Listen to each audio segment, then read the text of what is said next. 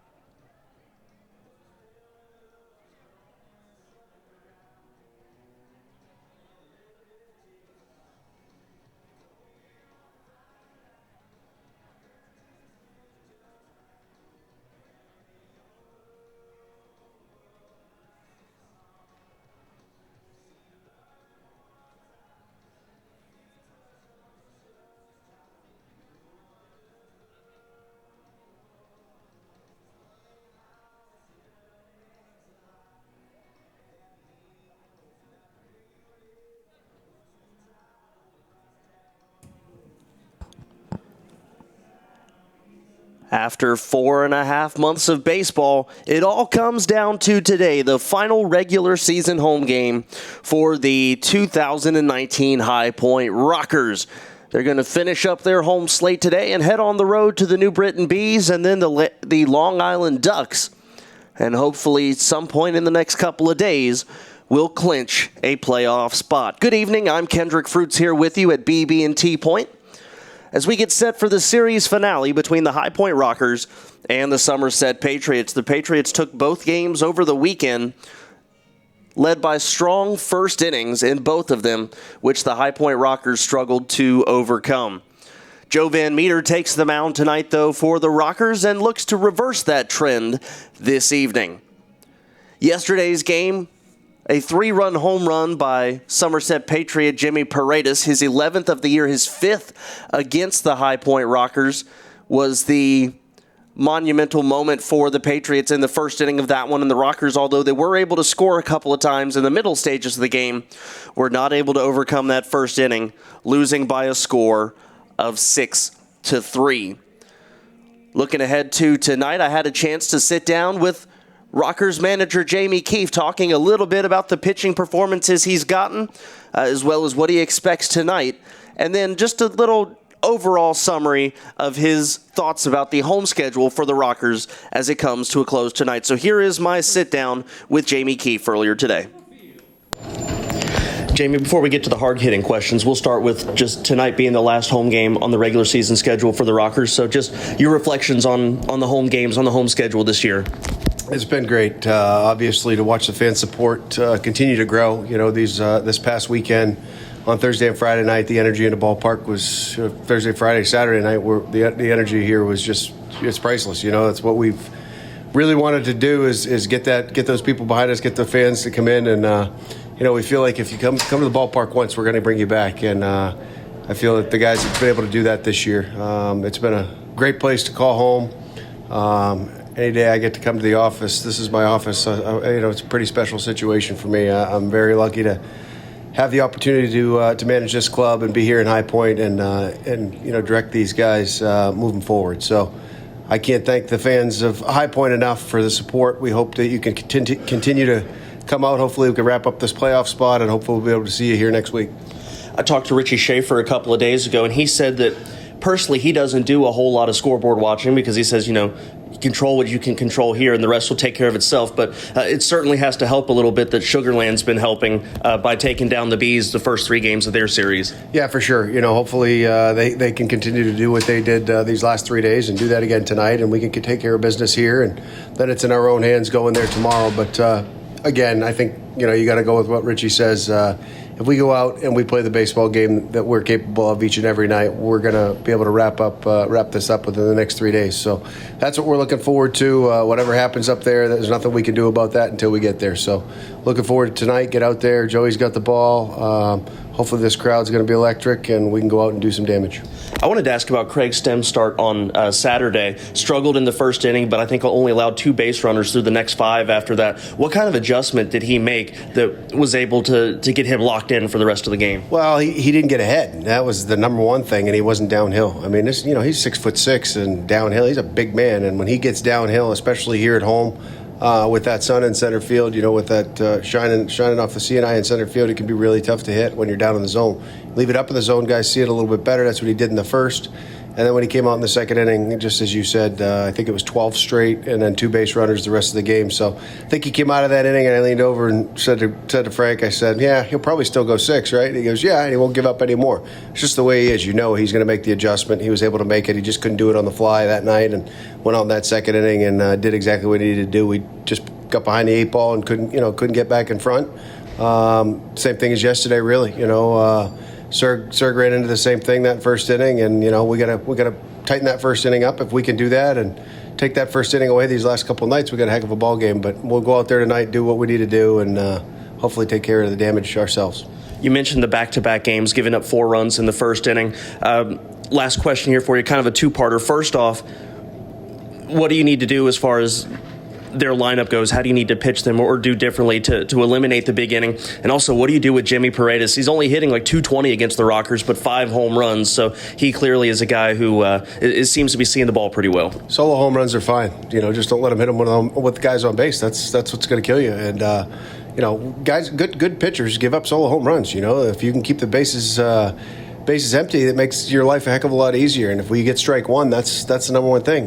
Get ahead, stay ahead, and if you can do that, keep the ball on the ground, you're going to have success in this ballpark. Once you get it, let them hit it down the lines. If it's down the left field line, down the right field line, the ball's going to fly out of here. If you can keep it in the middle of the field, we got a lot better chance of catching it. And when that happens, we're usually on the good side. Best of luck tonight. Thanks, bud. That was Rockers manager Jamie Keefe with his thoughts coming into tonight's ball game. And we'll go ahead and take a look at the starting lineups for today as the managers head out to the field to meet with the home plate umpires.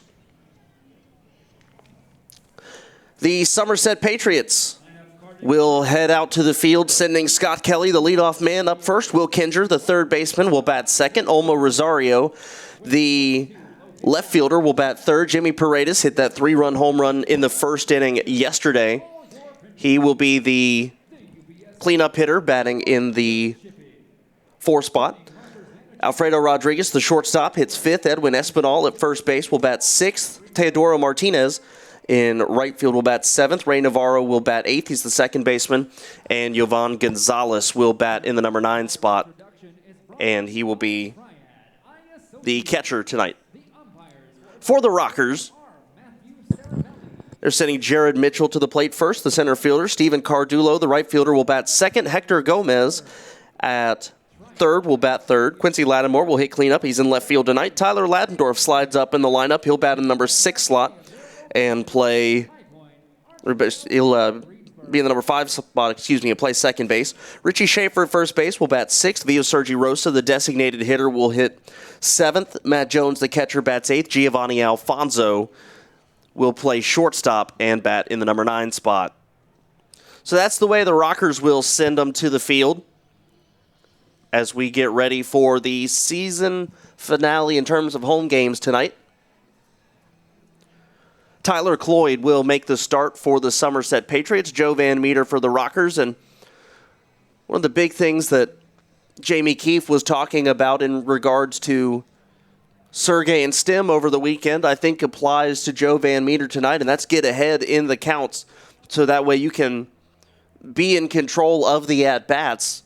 That way you're not behind in the count and having to throw something over the middle of the plate, especially for guys like Jimmy Paredes who can do an awful lot of damage. So I think the big things to keep an eye on tonight is, can Joe Van Meter get ahead in the count? And remember, this is a guy who's going for his 10th win this year, which would be what's already a high. He's got a high in wins already this year, but it would be the first time in Joe Van Meter's career that he reached double digits in victories. So a big night for him, as he's certainly got a personal milestone that he's keeping an eye on. The Rockers will not be able to clinch a playoff spot tonight. Magic number is 3. It could be down as low as 1 by the end of the evening, but there will not be any clinching of a postseason spot tonight. Rockers wearing their Irish heritage jerseys. They wore, I think it was the beginning of August. We asked Christian Heimel about it a few weeks ago. He said that today apparently is exactly halfway to St. Patrick's Day of next year, so that is the reasoning behind the Rockers wearing the custom uniforms that they have on today. For the Rockers offensively, a big thing they're going to need to see tonight that would be different from the last couple days. First of all, production top to bottom in the lineup. Recently, it seems they've gotten a lot from the top or they've gotten a lot from the bottom, but they haven't really had that 1 through 9 yet in this series.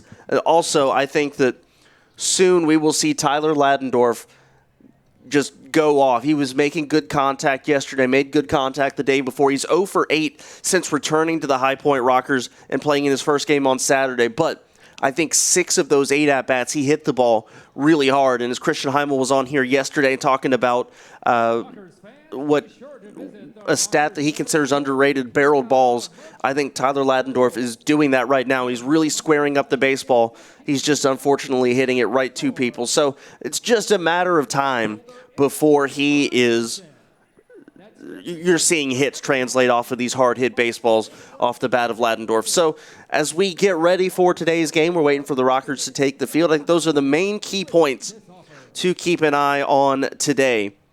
Everybody else in the Atlantic League playing tonight it's been a wraparound weekend for everyone.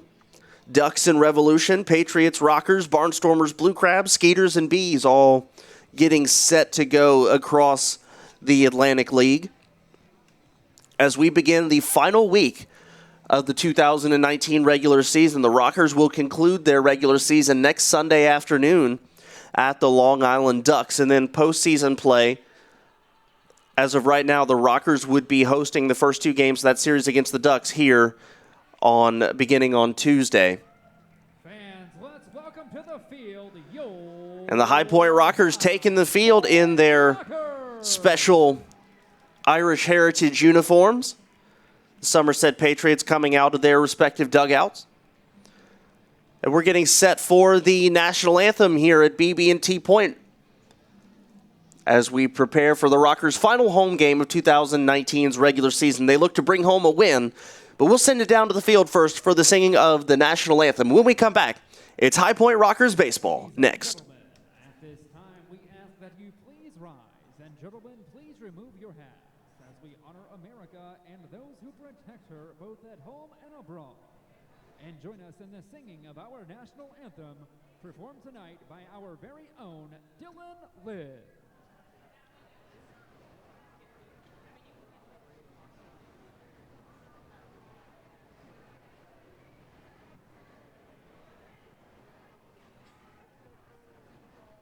Oh, say, can you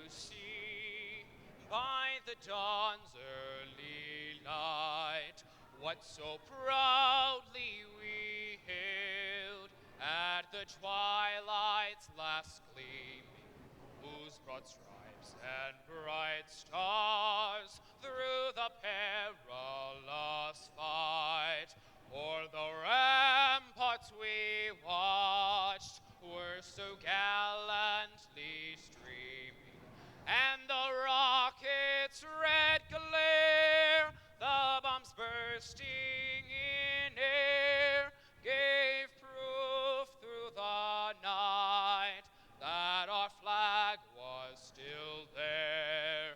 Oh, say does that star-spangled banner yet wave o'er the land of the free and the home of the brave. Rockers fans, let's hear it for Dylan Liv. Great job, Dylan.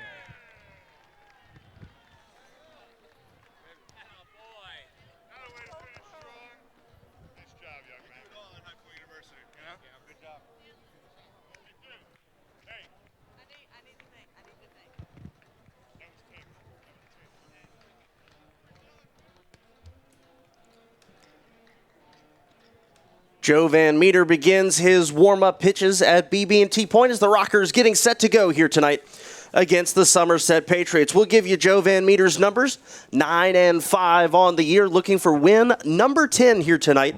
Would be the first time in his career that he reached double digits. In addition to that, he boasts a league-leading 2.44 earned run average. Also 133 innings pitched, 117 strikeouts, both among league leaders. Only 28 walks given up by Van Meter. And opponents hitting just 206 off of him.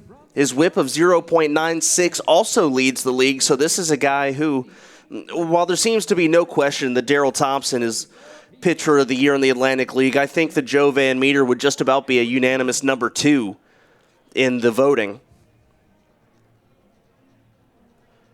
Darryl Thompson, although he's lost back-to-back games, I think he's dropped his record to 15-9 for Southern Maryland. But Joe Van Meter is looking for win number 10, trying to build off of a fantastic outing that started this 6-game homestand. He went 7 innings, only gave up 1 run against the Barnstormers, only 2 hits allowed by Van Meter in that outing. And again, the lineup for the Somerset Patriots: Scott Kelly, Will Kinger, Olmo Rosario, Jamie Paredes, Alfredo Rodriguez, Edwin Espinal, Teodoro Martinez, Ray Navarro, and Yovan Gonzalez. Rockers in the white pants, yellow or orange socks, I should say, the Irish Heritage jerseys, which is split diagonally from the right shoulder to the left waist with a green bottom, a white top. Somerset Patriots in their gray uniforms with the navy blue lettering and numbering and a red trim. Joe Van Meter kicks and deals. First pitch to Kelly. We're underway. And the first pitch is a strike to Kelly. Van Meter quickly deals the 0-1 chopped foul down the third base line. Gomez picks it up, but it's a foul ball, count 0-2. Game time temperature, 88 degrees at BB&T Point. It'll drop down to the high 70s by the time we are finished. And if I'm looking up at the sky, looking at clouds, I count 1. It is a beautiful evening at BB&T Point tonight.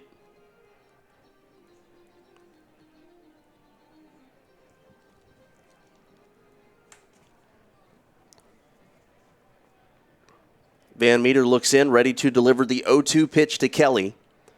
Kicks and deals, swing and a miss, strike 3 on the high fastball. Great way to start this one. And this just kind of has a different feel to the start of the game than the last two. The Rockers know how important the first inning is. Back-to-back games in which they have given up 4 runs in the first frame. In fact, the Somerset Patriots have outscored the Rockers 9-0 in the first inning in this series. Here's Will Kinger, leads in all Triple Crown categories on the Somerset Patriots team as he fouls the first pitch up out of play down the third base side. .320 average, 14 home runs, 63 batted in.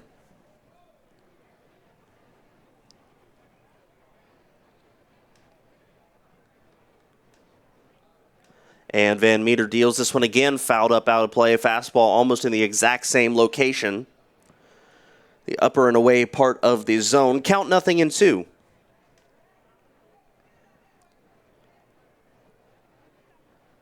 And here's the 0-2 pitch, swung on and ripped hard on the ground into right field. It'll get through, base hit.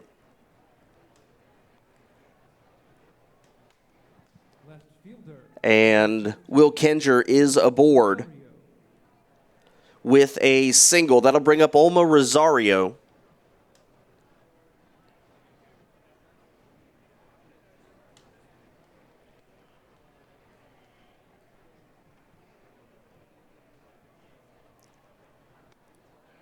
First pitch to Rosario misses just below the knees, ball 1. Runner on first base, we have just started at BB&T Point. Thank you for joining us on YouTube and Spreaker. Runner goes, here's the pitch, that's down low, an easy steal, no throw. As Will Kinger takes second on the pitch down. It's now 2 balls, no strikes. Kinger kind of hesitated at first, but realized Van Meter wasn't even looking, so he took off full force. For Kinger, his 22nd steal of the campaign. Here's the 2-0. And that's a strike at the knees, 2-1. Center field in sunlight, about just a little triangle out in left field is where Lattimore is standing. Right field is in the shade. This one's popped foul down the right field side, 2-2. Infield is completely in the shade except for a little blip of sunlight right on the pitcher's mound. Fairly calm in terms of wind. Just very light movement of the flags out there in left center field. Off-speed pitch down low, and the count is full. Wind is officially listed at 4 miles an hour from the east. 3 balls, 2 strikes to Olma Rosario. And Van Meter deals, goes with the curveball. Strike 3, they're going to ring him up. Second strikeout of the inning for Joe Van Meter, and the Rockers have 2 down. That'll bring up Jimmy Paredes. Paredes hitting a .252 with 11 home runs, 41 batted in, including that 3-run home run not yesterday afternoon, I should say. And here's the pitch, off-speed pitch in there, strike to Paredes, and the count 0-1.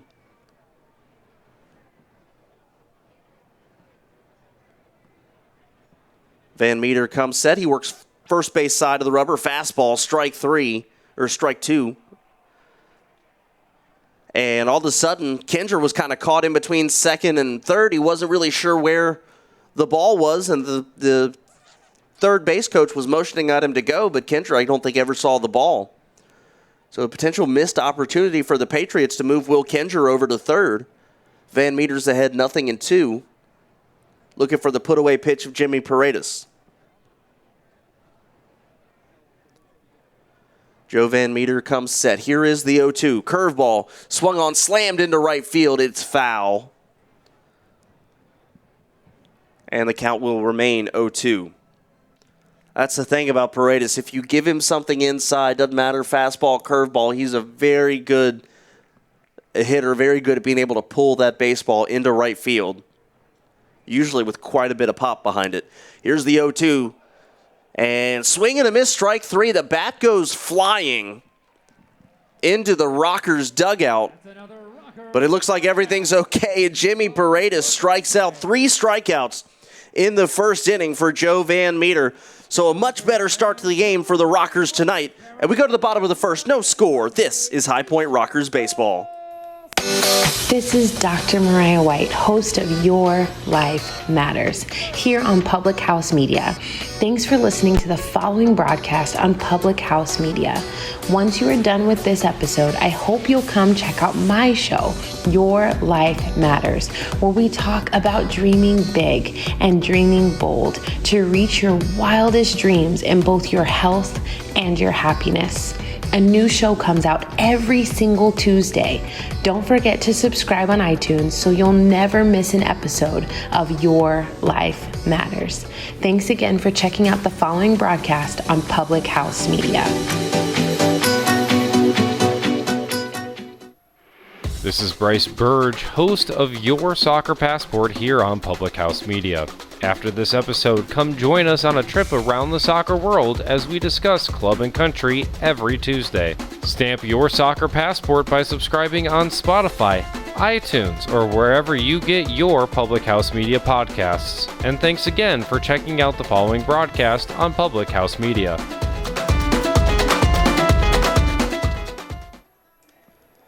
Bottom of inning number 1. Tyler Cloyd, the pitcher for the Somerset Patriots, the former Philadelphia Philly. His numbers on the year: 0-3, 4.14 earned run average. This is appearance number 15, start number 7. 37 innings for Cloyd. He struck out 33, has walked 6, and it's permitted just 2 home runs, so he does not allow a whole lot of balls to leave the yard.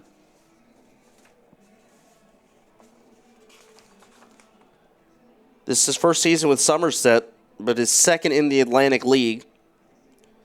Has a 5-9 career Major League record in 27 appearances. Number 29, Jared Mitchell.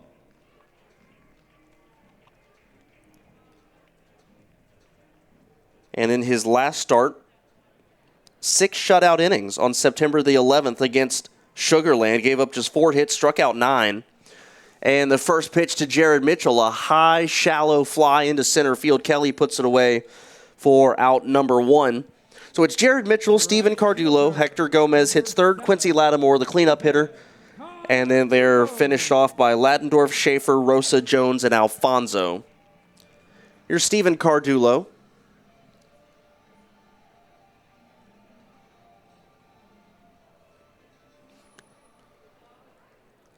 Cloyd, a right-handed pitcher, works third base side of the rubber, kicks and deals to Cardulo. First pitch is a strike on the inner part of the plate, 0-1. Again, Tyler Cloyd does not allow a whole lot of baseballs to leave the yard, so the Rockers may have to find other ways to score their runs.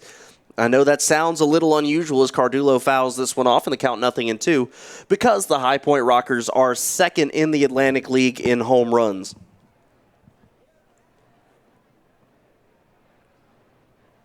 In fact, they have the best run differential in the Atlantic League at plus 90, I believe it's 94. Cardulo fouls that one off, count 0-2.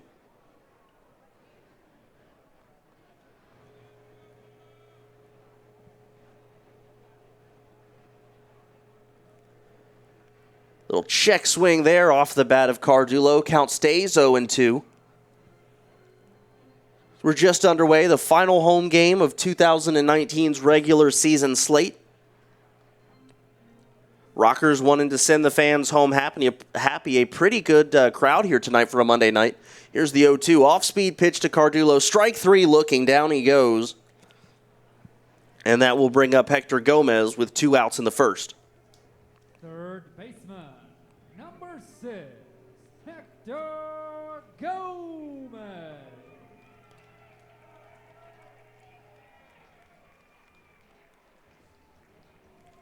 Hector Gomez, 294 hitter, 11 home runs, 72 batted in. And here's the pitch to Gomez. That's in there, called strike. Tyler Cloyd, 7 pitches, 7 strikes. A good start for him.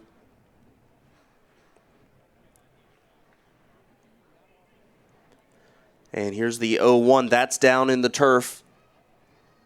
And the count 1-1. First time he's missed out of the zone.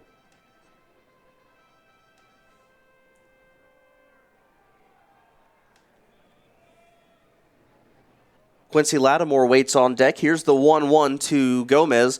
Swings, fouls this one up out of play down the first base side, and the count 1-2 strikes.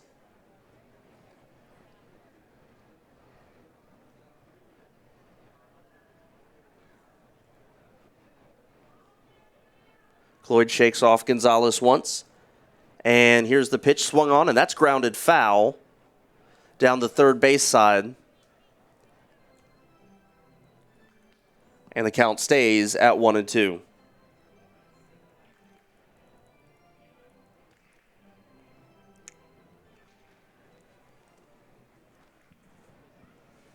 Cloyd looks in, and here is the 1-2 to Hector Gomez. Gomez swing and a miss, strike three. He thought he might have got a piece of it, but it is strike three, swinging, so Cloyd strikes out a pair, and we go to the top half of inning number 2. There's no score at BB&T Point. Rockers, Patriots, top of the second. Next, this is High Point Rockers Baseball. This is Liz Colburn, host of the Morning Uplift here on Public House Media. Thanks for listening to the following broadcast on Public House Media. Once you are done with this episode, I hope you'll come back and check out my show, The Morning Uplift, where we talk about finding your beauty in the journey.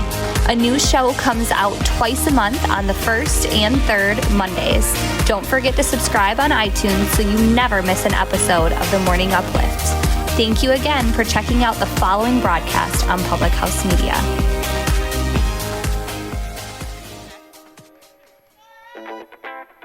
This is John Lauder, host of The Cheap Seats here on Public House Media. Thanks for listening to the following broadcast on Public House Media. Once you're done with this episode, I hope you'll come check out my show, The Cheap Seats, where we talk about sports from the fans' perspective. A new show comes out every Monday. Don't forget to subscribe on iTunes so you never miss an episode of The Cheap Seats. Thanks again for checking out the following broadcast on Public House Media. Hi, this is Peggy Rojas, host of Viviendo una Vida en Balance here at Public House Media. Thanks for listening to the following broadcast on Public House Media. Once you're done with this episode, I hope you can come back and check my show, Viviendo una Vida en Balance, where we talk about life hacks to live a life in balance. And this show's in Spanish. A new show comes out every Monday, so don't forget to subscribe on iTunes and share with your friends. Again, thank you for checking out the following broadcast in Public House Media. Top of inning number 2, it'll be Rodriguez, Espinal, and Martinez, the 3 hitters for Somerset. Joe Van Meter allowed 1 base hit in the top of the inning, but struck out the other 3 men he faced. 16 pitches in the first frame. Here's Alfredo Rodriguez, 265, 4 home runs, and 45 driven in. First pitch misses, ball 1. He had a 3-run double in the first inning on Saturday. He swings and lines this one into center field. Jared Mitchell having to race in. I think he lost it in the sun. Mitchell probably should have made that play, but again, he's probably dealing with the sun worse than anybody else, so it's going to fall right in front of him for a leadoff base hit. That'll bring up Edwin Espinal. The rest of the Rockers defensively, Lattimore is in left. We just mentioned Jared Mitchell in center. Steven Cardulo's in right field. Hector Gomez at third. Giovanni Alfonso at shortstop. Tyler Ladendorf at second. Richie Schaefer at first, Matt Jones behind the plate. Here's Edwin Espinal. And the first pitch to him, a ball inside. Pretty big lead there from Alfredo Rodriguez. Certainly would not be surprised if he takes off during this at-bat. 7 home runs, 60 driven in for Espinal this year. And here's the 1-0 pitch. That is a strike in the count, 1-1.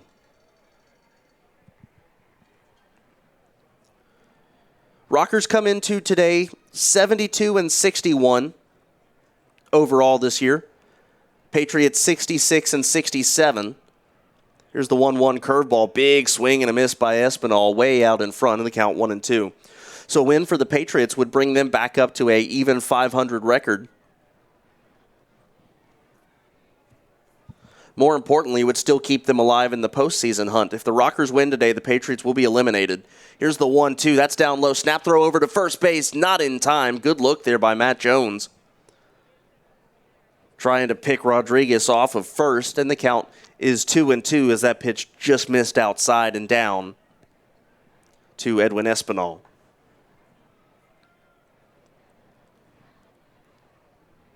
Van Meter not really paying a whole lot of attention to Rodriguez, although he does step off here. Matt Jones was trying to take advantage of how big a jump that Rodriguez had been getting at first. Here's the 2-2 pitch to Edwin Espinal. Curveball swung on line to Alfonso at short. The throw on to first base will be just a bit late. Good look there by Giovanni Alfonso to get rid of that ball quickly, but Espinal lines out to short. That's out number 1. And the first out that Joe Van Meter is not recorded via strikeout. He'll take him any way you can get him, though. Teodoro Martinez steps in, 212 hitter, 4 home runs, 18 batted in.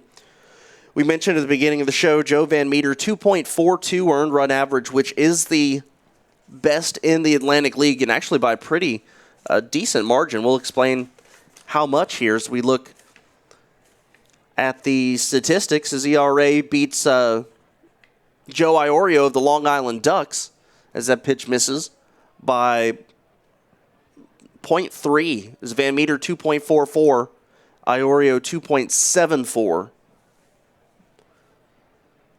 So barring anything catastrophic, is that when a called strike at the knee is 1-1. Joe Van Meter with probably one more start after tonight. He'll probably pitch Friday or Saturday. And he will end the season as the regular season ERA king. Steps off and tosses that one over to Schaefer at first. Rodriguez gets back, not Van Meter's best move, but just wanted to keep Rodriguez honest at first. And here's the 1-1 to Teodoro Martinez. That's a fastball just below the knees. 2 balls and a strike. Jamie Keefe said pregame that one of the biggest things the Rockers pitchers need to do is to get ahead in the count, and Joe Van Meter has been able to do so for the most part today. This one fouled off, and the count pulls even 2-2 now.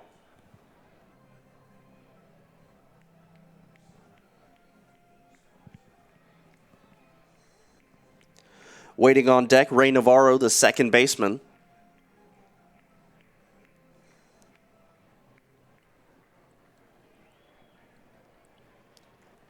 Rockers infield looking for that double play. Hector Gomez is even at first. Timeout called by the hitter Martinez.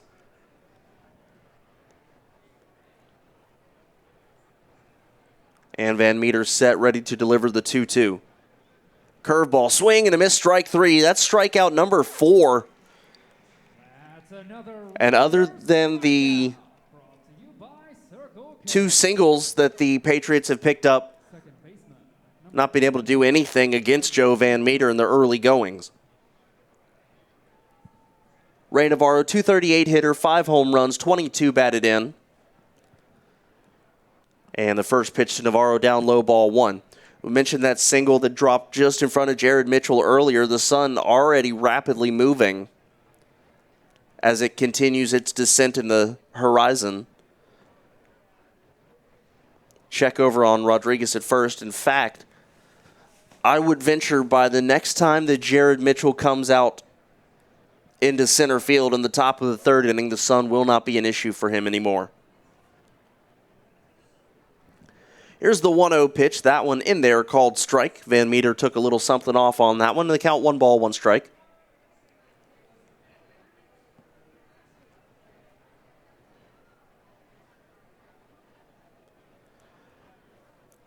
And here's the 1-1. Swung on, fouled up out of play overhead. And the count 1-2. Game number 70 here at BB&T Point in 2019. The final home game of the regular season. A lot of great memories have been made through the last 4.5 months. Curveball swung on and popped up into left field. Lattimore comes in, makes the catch for the final out of the inning. A lot of good memories have been made, and hopefully we're not done yet.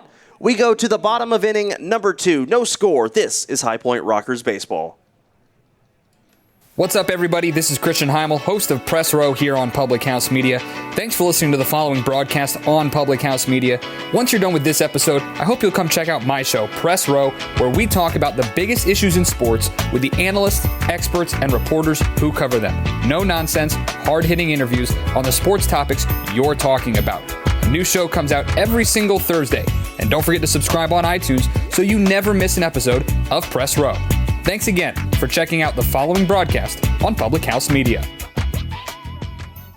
This is Rachel Mullins, host of Hashtag No Filter Friday here on Public House Media. Thanks for listening to the following broadcast on Public House Media. Once you're done with this episode, I hope you'll come check out my new show, Hashtag No Filter Friday, where we talk about all of the sexual misconduct allegations swirling around Hollywood. A new show drops every Friday at 8:30 Pacific Standard Time. Don't forget to subscribe on iTunes so you'll never miss an episode of Hashtag No Filter Friday. Thanks again for checking out the following broadcast on Public House Media.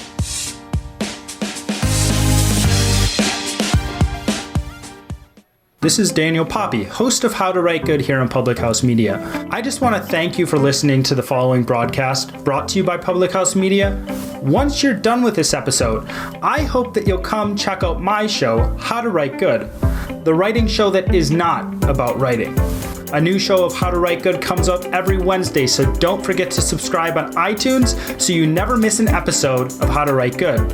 Again, thanks for checking out the following broadcast on Public House Media. Bottom of inning number 2, no score at BB&T Point as the Rockers and Patriots do battle. The final game of this 4-game series, the final home game for the Rockers. It's been a great fan appreciation weekend. And although the Rockers have dropped 2 out of 3 so far in this series, they could tie the series tonight, but the games have been entertaining. There's multiple opportunities for the Rockers. The last 2 games they had tying runs at the plate or on the bases. Late in the game, but just weren't able to capitalize as Lattimore fouls the first pitch off. It's Lattimore, Ladendorf, and Schaefer, the 3 hitters.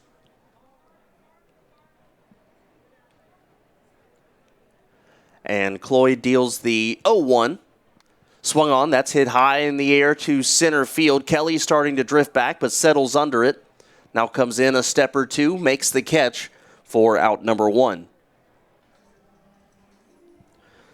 Here's Tyler Ladendorf, 0 for 8 in his return to the Atlantic League so far. But again, as we mentioned in the pregame show, he's been a guy who, I would say 6 of those 8 times has hit the ball very hard. Just had the unfortunately hit right to a Somerset defender.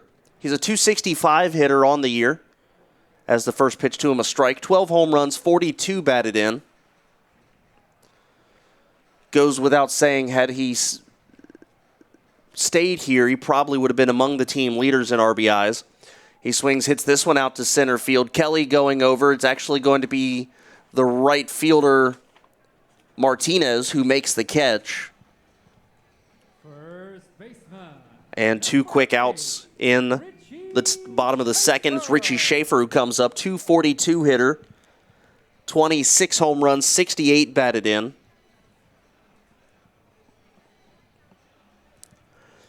Rockers still looking for their first hit of the ball game.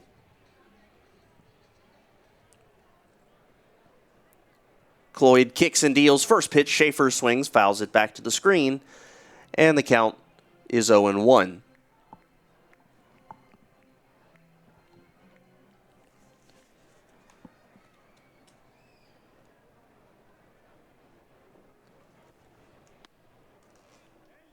Pitch, that one, Schaefer goes around too far, and the count is 0-2. Well, both of these teams had the best success against each other on the road. The Rockers went 6-4 against Somerset at Somerset, and Somerset 6-3 here at BB&T Point as that pitch fouled off, and the count still 0-2. So regardless of what happens tonight, each team will finish with the better record on the road against each other. A Rockers win tonight would not only split the series, but split the season series 10-10. As that pitch down low, 1 ball, 2 strikes. A win tonight would also officially eliminate the Somerset Patriots from postseason contention, as they've stayed alive both the last 2 days. This one down low to Schaefer, 2-2. Again, so we'll take a look at the standings at the end of the third inning. The Rockers cannot clinch a playoff spot tonight, but they could potentially get their magic number down to just 1, which means we should be getting the good news in the next couple of days. That one to Schaefer, just missing, and the count goes full.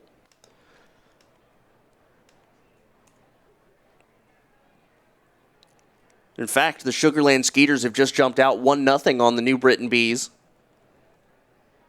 They've won the first 3 of 4 in that series.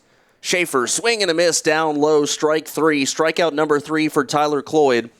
And he retires the Rockers in order for the second straight inning. We go to the top of the third. No score here at BB&T Point. Rockers, Patriots. This is High Point Rockers Baseball. How's it going, everybody? Hey, guys. This is Keith. And Katie from Coffee with Keith and Katie on Public House Media. Thanks for listening to the following broadcasts on Public House Media. When you're done listening to this show, I hope you'll come check out our show, Coffee with Keith and Katie. A new episode comes out every Sunday morning at 9 o'clock. Thanks for listening to the following broadcast on Public House Media.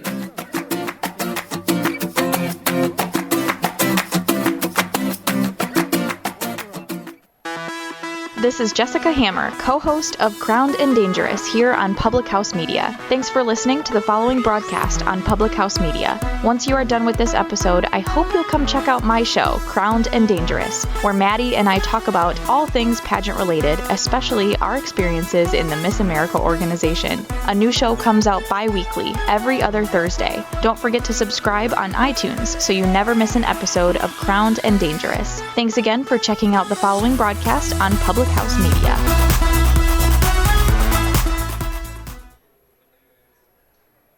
Top of inning number 3, no score at BB&T Point between the High Point Rockers and the Somerset Patriots. Joe Van Meter and Tyler Cloyd matching zeros so far and looking every bit as dominant as their counterparts. Only difference so far is that Van Meter's allowed a couple of base hits in the first 2 frames. 32 pitches for the first 2 innings for Joe Van Meter to go along with his 4 strikeouts and 2 hits allowed. Rockers are expecting, again, a repeat performance, if not even more so than what they got on Wednesday from Van Meter. He went 7 innings in that one and allowed just the 2 hits and the 1 run, a game in which he picked up his 9th win of the year. And he's off to a good start on this Monday evening. He will deal with 9-1-2 in the Somerset lineup. Yovan Gonzalez, Scott Kelly, Will Kinger. Gonzalez steps in, and through the first 3 games of this series, Somerset had used 3 different catchers. Bracamonte caught game 1, Gonzalez caught Saturday, Mike Ullman caught yesterday, and they're gone back to Gonzalez again today. First pitch is swung on and hit high in the air into shallow left center field. Mitchell settling under it and puts that away, out number 1. And just as I suspected, the sun looks to be completely out of the way for Mitchell now, as it begins to move quickly. I think I saw sunset was something along the lines of 7:29, 7:30, exactly right around in that neighborhood this evening. Scott Kelly, the leadoff man, back in for the second time as the Somerset Patriots have rotated back to the top of the lineup. Kelly is 0 for 1 with a strikeout. Van Meter deals first pitch. That's down low, ball 1.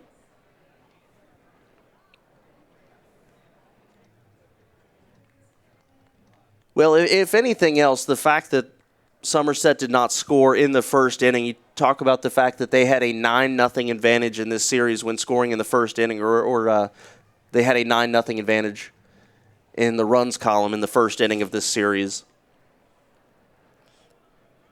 As Kelly swings, hits a line drive out to center field, Mitchell's drifting back and settles under it, makes the catch, out number 2. And that'll bring up Will Kinger. Kinger singled his first at-bat, stole second, but was left there. The left-handed hitter, very versatile player for the Somerset Patriots, a guy that they can move around all across the field. And again, probably their best overall hitter as he leads in all 3 Triple Crown categories. First pitch, a strike from Joe Van Meter. He retired the first 2 hitters pretty quickly. Could get out of the 3rd inning and not even at 40 pitches yet.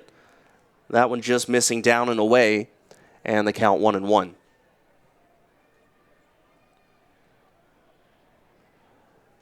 Rockers may be playing Kendra for a slight pull, and he swings, grounds this one to short. Alfonso scoops it up, the throw on to first in time, so it's a 1-2-3 inning for Joe Van Meter. He works quickly, and we go back to the bottom of the third. Rockers looking to get on the scoreboard first. This is High Point Rockers Baseball. How's it going, everybody? Hey guys, This is Keith. and Katie from Coffee with Keith and Katie on Public House Media. Thanks for listening to the following broadcasts on Public House Media. When you're done listening to this show, I hope you'll come check out our show, Coffee with Keith and Katie. A new episode comes out every Sunday morning at 9 o'clock. Thanks for listening to the following broadcast on Public House Media.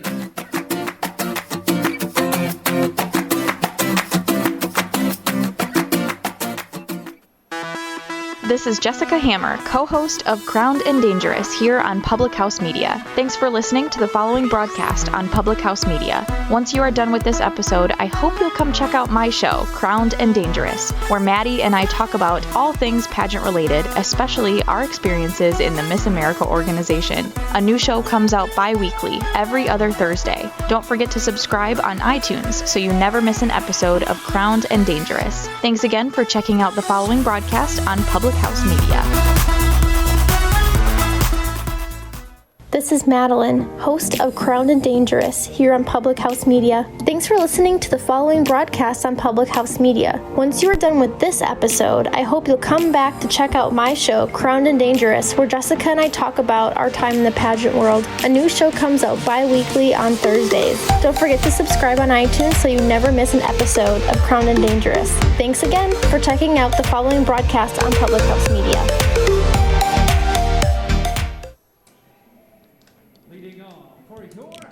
Bottom of the third inning at BB&T Point. Kendrick Fruits, James Jackson with you. As the Rockers looking to get on the scoreboard first, it's Rosa, Jones, and Alfonso, the three scheduled hitters. Facing Tyler Cloyd, the former Philadelphia Philly. Vito Sergi Rosa making his first appearance of the series. And the first pitch is a fastball away. Kendrick Veal is one of those guys you would think is due for a big moment, don't you think? Absolutely. Here's the 1-0 pitch from Cloyd. Rosa swings, hits this one high and foul down the first base side, and the count 1-1. It is tough, though, to find a rhythm when you're not an everyday player. You're not into the swing of things of getting your normal 3 or 4 at-bats per game. But Rosa's been in that role most of the year, so hopefully it's something that he's familiar with by now as he takes an off-speed pitch down 2-1. When he first joined, I remember he was red hot when he first joined. So we know he can do it. He's just looking for that moment. He's looking for his moment to really capitalize and shine for the Rockers here. 2-1 pitch, a strike at the knees, 2 balls, 2 strikes. Rosa, 230 hitter, 11 home runs, 35 driven in. If I'm not mistaken, only 2 or 3 of those home runs have come in the second half. Here's the 2-2. Just gets a piece of it, stays alive, count holds. Being down in the dugout before I came up here, Kendrick, I was listening to the guys talk, and they really want this win tonight. Not just to build their confidence heading on the road, but they want to eliminate Somerset. They really want this win to try and help swings, hits this one high in the air, deep into center field. Kelly's going back, makes the catch. And that's out number 1. But you're absolutely right. I mean, not only just to feel good about eliminating another team, but the fact that Somerset's foiled the Rockers 2 days in a row at this point. It's kind of frustrating. It really is. And Stephen Cardulo, after his first at-bat, he's one of those guys that you can see his emotion come out throughout the game as the game progresses.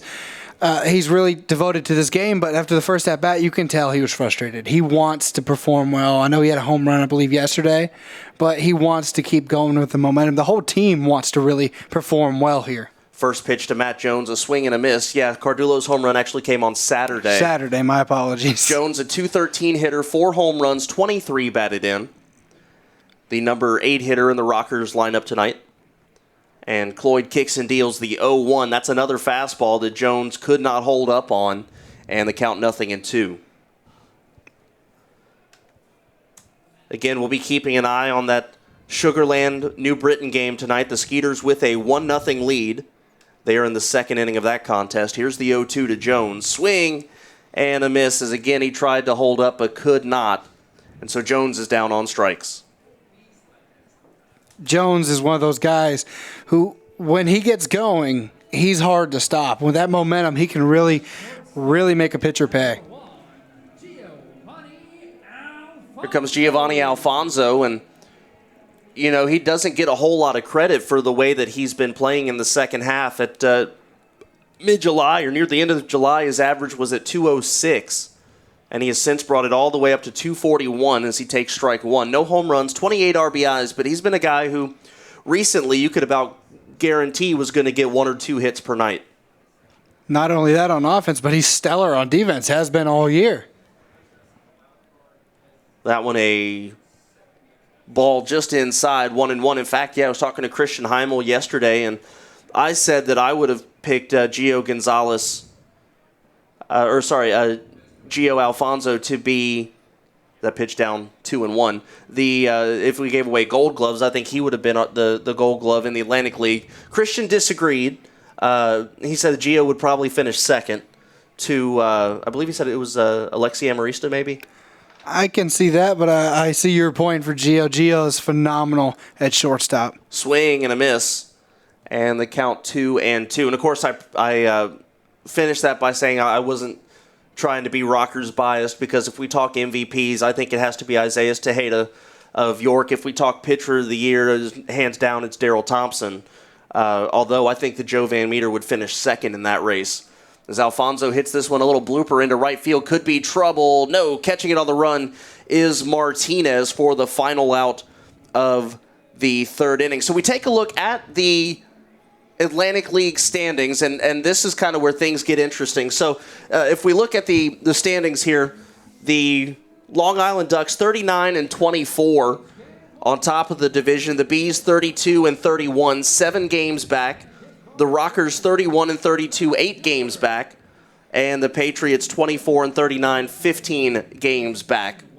So, the Bees still in second place overall, but the Rockers do have a little bit of an advantage in the wild card.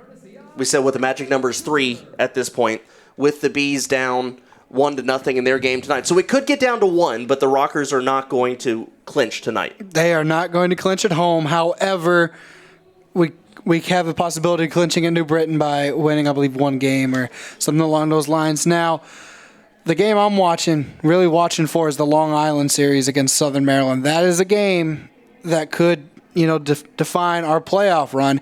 If that Long Island wins, it eliminates New Britain from second half championship contention. So we're really pulling for Long Island, something we don't say often, but Long Island and the Revolution, no score in their contest right now.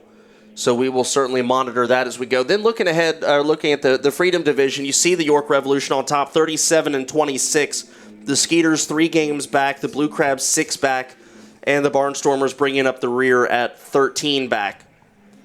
So that is the way the standings look in the Atlantic League. Of course, the Rockers had a chance when the weekend started to clinch a playoff spot at home, but back-to-back losses against the Somerset Patriots took away any possibility of that.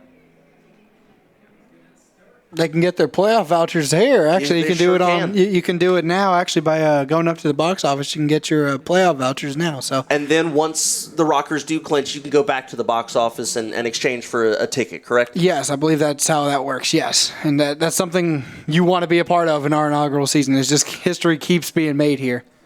Top of the 4th inning, Oma Rosario will lead off as he swings and fouls first pitch back for strike 1. And also, season ticket holders are already guaranteed a playoff ticket, correct? Yes, They're guaranteed a spot. It's Rosario, Paredes, and Rodriguez, 3-4-5 for the Somerset Patriots. And Van Meter deals this one fouled back to the screen, and the count is 0-2. Rosario struck out looking in the first inning. Van Meter's looking very hot tonight.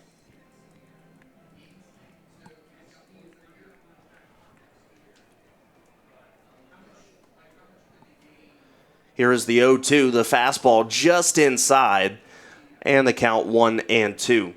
Big thing about Rosario here. You want to get him out because the best time to face Jimmy Paredes, if there is a best time, is with nobody on base. As we saw evident by the 3-run home run he hit yesterday. Here's the 1-2 weakly hit line drive into left field. That'll get down for a base hit. And so the wish has not been granted as Paredes comes up with a runner on first. The baseball gods did not answer that one, right, Kettrick? Certainly did not. But Paredes struck out to end the first inning with a runner on base, so Joe Van Meter's done it once, and as he's clearly the ace of the staff, I have every bit of faith in the world he could do it again.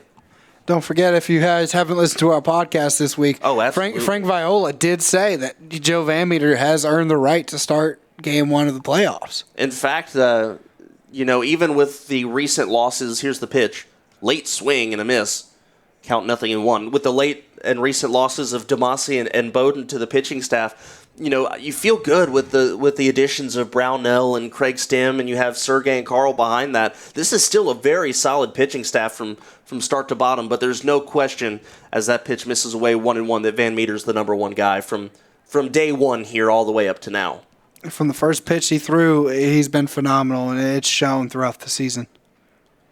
Here's the 1-1 to Paredes. Loses his bat for the second time, swinging and missing, strike 2. But my goodness, he's lost his bat twice in this contest, and I think that one might have broken or something. I think he's asked for another bat. I can confirm Zach, the Rockers trainer, did not catch that one like he did the first one. Believe it or not, this is not the first time I've seen the same guy lose a bat twice in one game. I was telling Kevin McMahon a couple of years ago when I worked rookie league ball with the Danville Braves and the Atlanta Braves system. Their second-round draft pick, Drew Waters, who's now in AAA Gwinnett and probably going to be one of the next speedy outfielders that's going to be called up to Atlanta probably next year. But for the first month or so that Waters was there, as that pitch inside 2-2, I think he lost the bat 7 or 8 times or something like that, including a couple in one game. And it would be a joke every time he'd walk into the office. We'd say, "Hey, you come to order some new bats today?" Here's the 2-2. Runner goes. Paredes swings, pops this one foul down the third base side. Gomez sprinting over, but that's going to get out of play. And Rosario has to head back to first. I tell you what, if you're in the dugout, you got to be quick on your feet. I mean, foul balls, bats, anything. It's free game down there. Well, especially considering the fact that Jimmy Paredes, a dead pull hitter, and everything he hits down the right field side, he hits hard, as evident by that home run yesterday. He's hit a couple of foul balls that have gone really hard off the bat, so... Here's the 2-2, and again, fouled straight back, and the count stays 2-2. Now, I don't know how far his home runs have gone, but those 11 home runs, I'm sure they've gone either outside the park or close to it. Well, and something that Jamie Keefe and I were talking about in the pregame interview today is he's only hitting .220 against the Rockers, but 5 of his 11 home runs have come against High Point. Is that one down low, and the count goes full? I don't like that stat. Well, it certainly sounds like feast or famine for Jimmy Paredes against the Rockers pitchers. So the count now full, and Van Meter kicks and delivers. Runner goes. 3-2 again, fouled off. I think. You can't ever say that on a ball that goes near the line, as we saw one ball earlier this year that was hit probably 2 feet foul and then had such spin, and the way that the turf works here rolled all the way back into fair territory.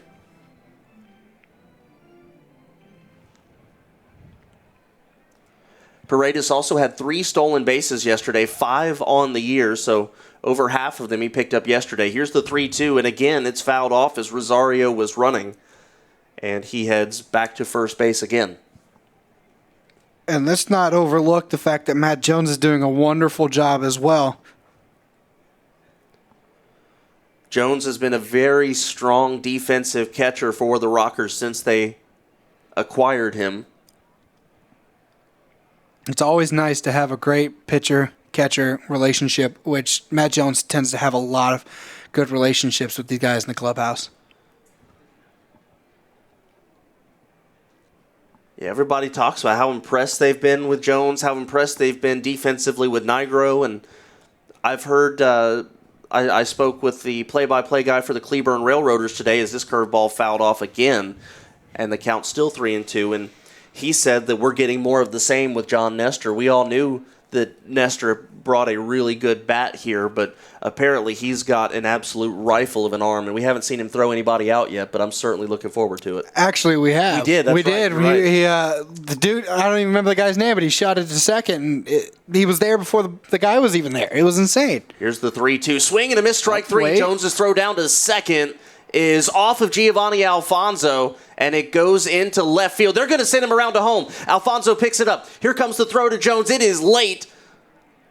And so that's going to be an error on the throw down to second. It's strike three of Jimmy Paredes, but Omar Rosario will come all the way around to score.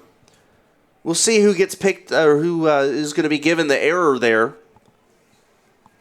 I'm thinking Alfonso on the catch. I didn't think it was that bad of a throw. A little bit off of second base, but I think it bounced off of him.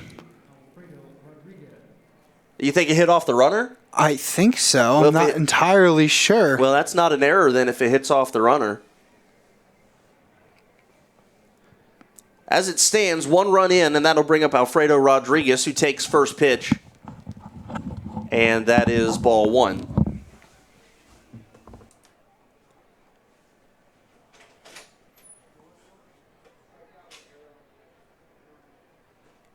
And here's the pitch. That's inside, but it catches the inner part of the zone for strike 1. And so the count 1 ball, 1 strike, 1 out in the top of the third, or top of the fourth, I should say. I was informed it was an error on Matt Jones. Error on the catcher. Okay. Was there a stolen base attached to it? Not that I know of. No, it was a strikeout and an error. Okay. So E2, that's an unearned run. And the count 2-1 to Alfredo Rodriguez, who who singled his first at-bat. Here's the pitch. This one just below the knees. And the count goes to 3-1. You know, Kendrick, as we were talking about catchers, we have 4 on the roster right now between Frank Nigro, Miles Schroeder, John Nestor, and Matt Jones. It makes you wonder, as another bat goes flying there, it makes you wonder if they discuss some things and maybe pick each other's brains on how things work behind the plate. It really makes you wonder if they do that. Oh, absolutely. There's no question they do, especially with a guy like Nigro who's fresh out of the NCAA and you know, these other guys have a lot of knowledge that they can give to him. So, in fact, I actually saw Nigro and Matt Jones and then Gonzalez, the bullpen coach, all having a sit-down conversation today as the 3-2 fouled off. Well, I don't know if you know this, but Frank Nigro calls Albert Gonzalez his dad. Yeah, because they're living together. They're roomies. It's a fun atmosphere down in the clubhouse a lot.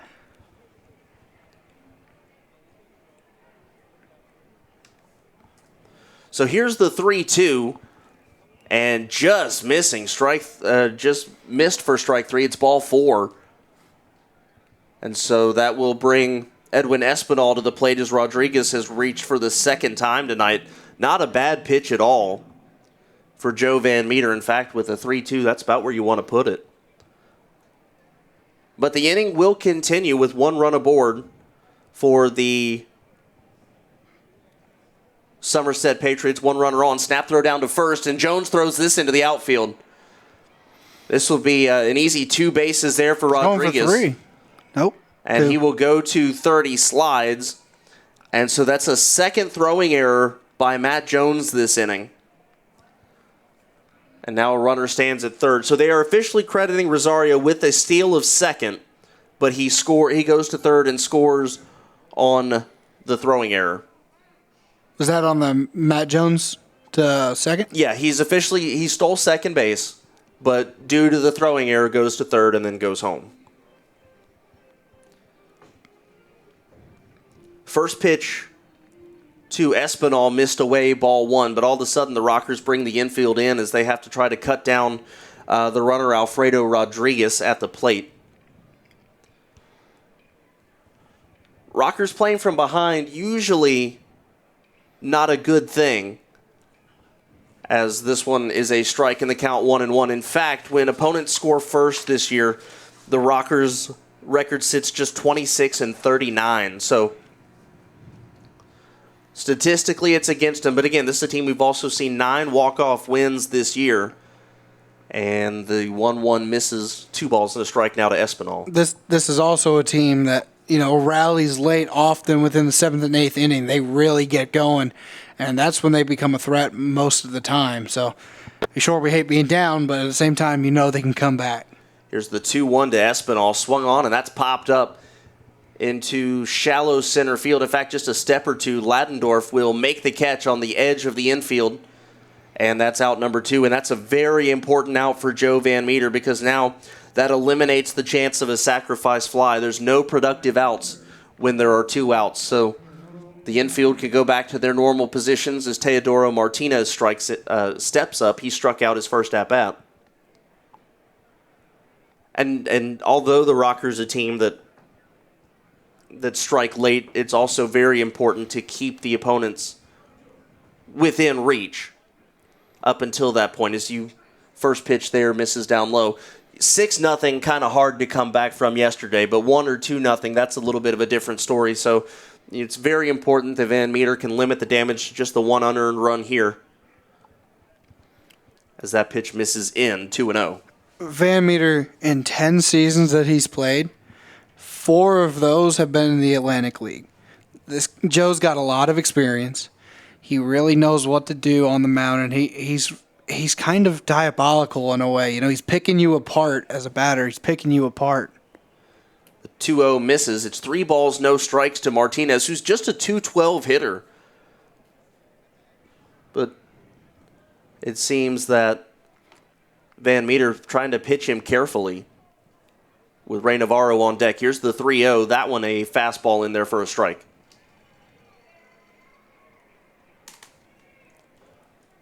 I hate to change the subject a little bit, but did you see Mariano Rivera got the Medal of Freedom today? No, I didn't. Yeah, I was awarded the Medal of Freedom.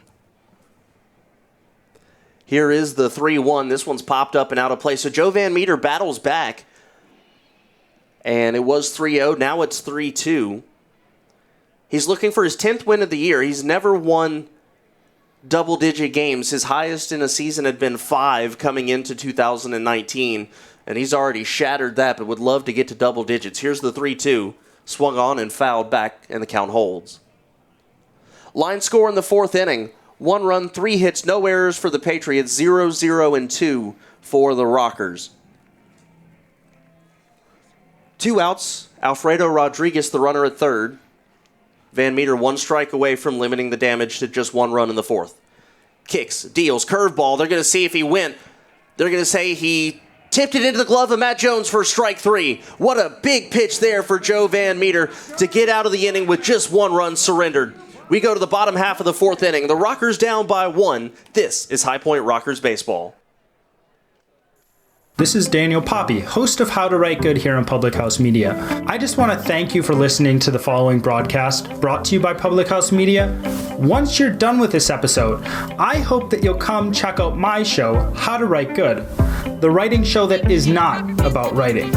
A new show of How to Write Good comes out every Wednesday, so don't forget to subscribe on iTunes so you never miss an episode of How to Write Good.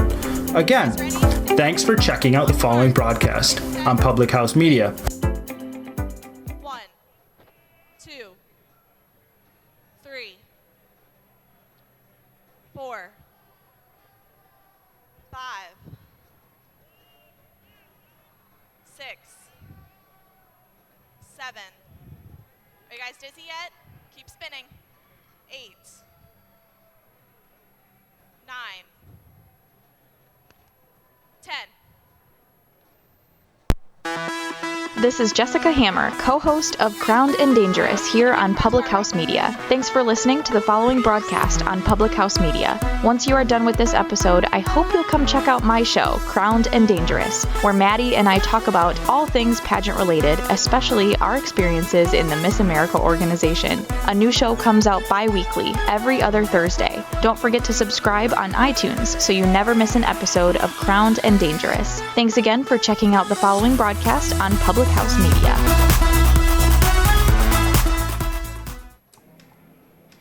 Bottom of the 4th inning here at BB&T Point. Rockers trail 1-0 against the Somerset Patriots. They're going to have the top of the lineup coming up, Mitchell, Cardulo, and Gomez. as Tyler Cloyd has faced the minimum 9 hitters through the first 3 frames. Not the first time the Rockers have seen him. I will give you his numbers against High Point in his previous start. First pitch, though, to Mitchell is a strike. So Cloyd, actually, he did not start against the Rockers, but he came in out of the bullpen, pitched a scoreless inning earlier this year. This is his first start. He started about half of his appearances. Mitchell swings, hits a high fly ball to right field. Medium distance, Martinez there, and makes the catch out, number 1. As we are in the bottom of the 4th inning, as per usual, take a look at the scoreboard report. First off, the Ducks in the Revolution, no score in that contest. The Blue Crabs have a 1-0 lead over the Lancaster Barnstormers, and the one that I've been keeping an eye on all weekend, Skeeters and Bees, 1-1 in the 4th inning. Dennis Phipps an RBI single in the first, Darren Ford a single in the 3rd, both of those scoring runs. So pretty early on in all of these contests, but the Rockers mostly interested in the Bees, as I have no doubt that the Ducks will win. This one hit high down the line, left field. It is hooking foul.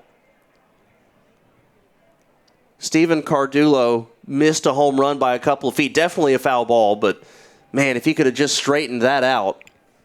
Kendrick, these guys are looking for one big play.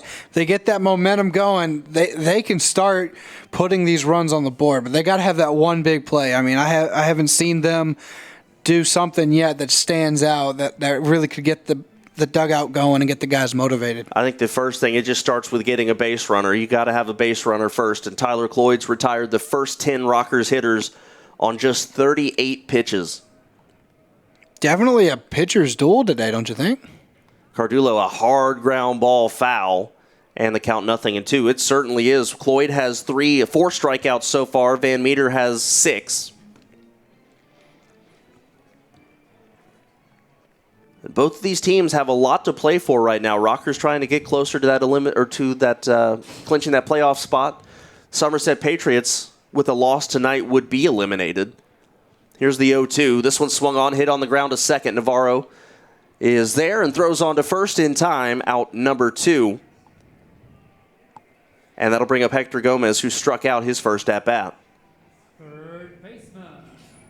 Just one unearned run, the only to cross the plate today. That came in the top here of this 4th inning.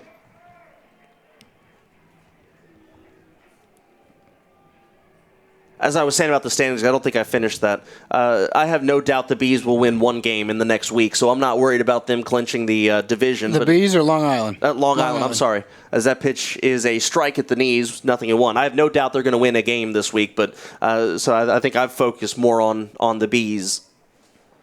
Hey, when you're in my spot, you're just hoping for everything to go the right way, all right? I hear you. Here's the 0-1 to Gomez. Swings and lofts this one up out of play, and the count is 0-2. When it's playoff time, you got to have all good juju. Yeah, nothing is safe until teams get officially eliminated, that's for sure. Cloyd working very quickly through the 4th. Here's the 0-2 to Gomez, and he pokes this one on the ground to first. Espinal will sprint to the bag, take it himself. So Tyler Cloyd has faced 12 hitters and retired all 12 of them. And we go to the top of the 5th inning. James, thank you for stopping by. We appreciate you and everything you do here. We go to the top of the 5th inning. 1-0 Somerset. This is High Point Rockers Baseball. This is Rachel Mullins, host of #NoFilterFriday here on Public House Media. Thanks for listening to the following broadcast on Public House Media. Once you're done with this episode, I hope you'll come check out my new show, #NoFilterFriday, where we talk about all of the sexual misconduct allegations swirling around Hollywood. A new show drops every Friday at 8:30 Pacific Standard Time. Don't forget to subscribe on iTunes so you'll never miss an episode of #NoFilterFriday. Thanks again for checking out the following broadcast on Public House Media.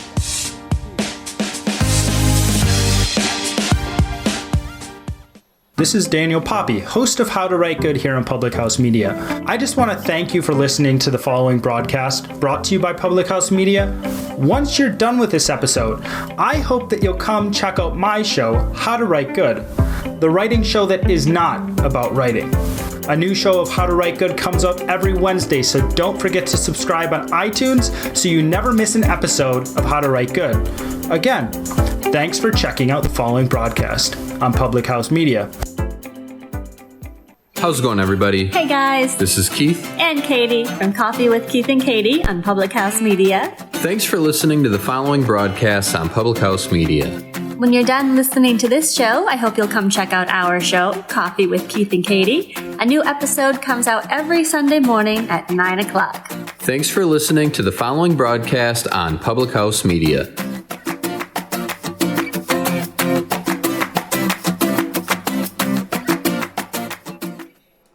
Top of the fifth inning, Joe Van Meter and his 71 pitches back out on the mound as the Rockers trail 1-0 against the Somerset Patriots. Somerset has taken 2 of the 3 played so far in this series. This is the home finale for the Rockers.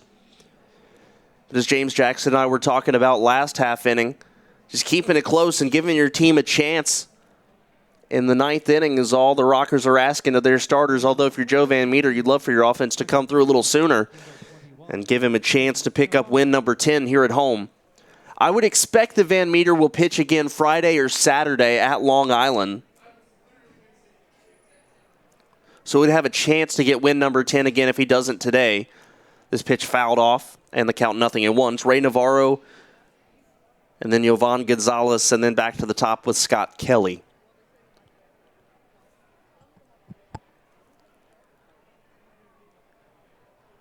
Here's the 0-1. This one's chopped on the ground. It's going towards center field. Nice play by Ladendorf. The throw on to first, not in time. But my goodness, Tyler Ladendorf, a fantastic play behind the bag as he scooped that one up as it looked destined for center field. Just couldn't get enough on the throw as his momentum was taking him all the way into left, as that'll be an infield base hit for Ray Navarro.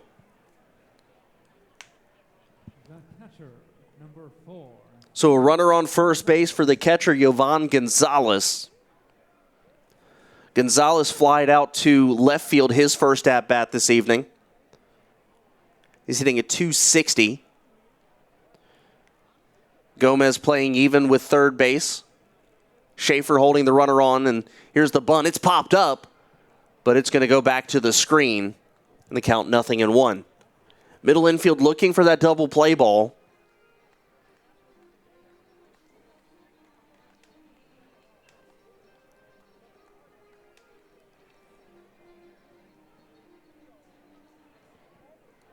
That hit just the 4th today for the Patriots. Here's the pitch. That one bunted foul, and the count 0-2. Van Meter threw a fastball in on Gonzalez, and it was really more of a defense mechanism than a bunt attempt. Remember, the Atlantic League, with the new rules, you can bunt one time with 2 strikes and foul it off and not be out on strike. So the bunt is not completely out of the realm of possibility here as Gonzalez does square around. Here's the pitch off speed, and it is fouled off. So that is the freebie, if you will. So another bunt here. If he fouled it off, he would be out on strike. So I would expect him to swing away at this point with the count 0-2.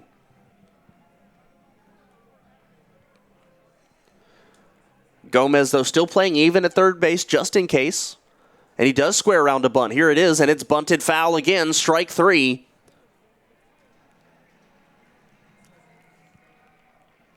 And that is out number 1. Strikeout number 7 for Joe Van Meter. As he's certainly been displaying some swing and miss stuff tonight. Back around to the top of the lineup now, Scott Kelly, who has struck out, flied out to center. Ray Navarro at first base. He's got decent speed.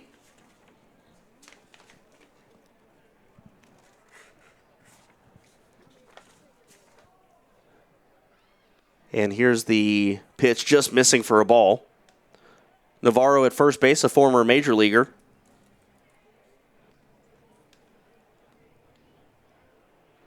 He made it to the major leagues in 2015 with the Baltimore Orioles. Hit .276 in 10 games for the O's. Here's the 1-0. Runner goes. This one is lined foul down the right field side. Navarro has to head back. He only has one steal this year, but in the professional ranks, 88 career stolen bases, a career high of 17 back in 2008. He was drafted by the Arizona Diamondbacks in the 3rd round in 2007 out of the Puerto Rico Baseball Academy. One ball, one strike to Scott Kelly, who was getting set but then stepped out of the box, so now he comes back in. Sun is just about completely set.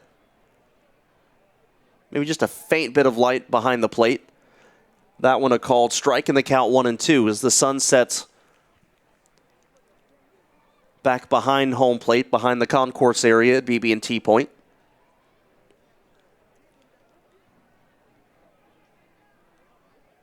Here is the 1-2. Van Meter set, kicks, deals. This one fouled off, and the count will remain 1-2. That's the 80th pitch for Joe Van Meter, so I'm thinking maybe get through this inning and then the 6th inning, and that'll probably be it for him. He's pitched very well. It's just a lot of his at-bats have been lengthy, or a lot of the at-bats against him have been lengthy at-bats with lots of foul balls. Last inning, I think we saw an 11 or 12 pitch at-bat. And this curveball hit on the ground. A diving stop by Hector Gomez. Throws to second for one. Ladendorf, the relay to first is off the line. And that will allow Kelly to reach.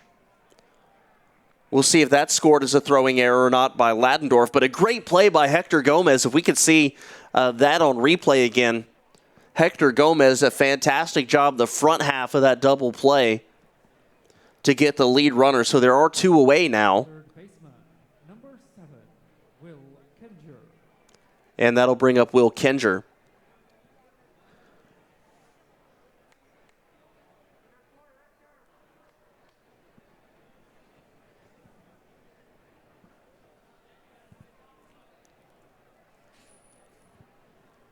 First pitch to Kenger is a called strike.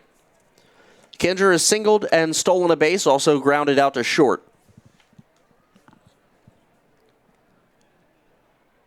Scott Kelly, the runner at first, now with 2 outs. Here's the 0-1. A fastball that's fouled off, and the count 0-2.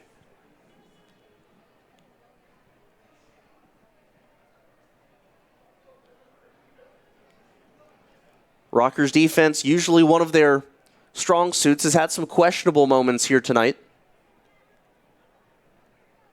As the only run that scored an unearned run. Here's the 0-2. Runner goes. The throw down to second.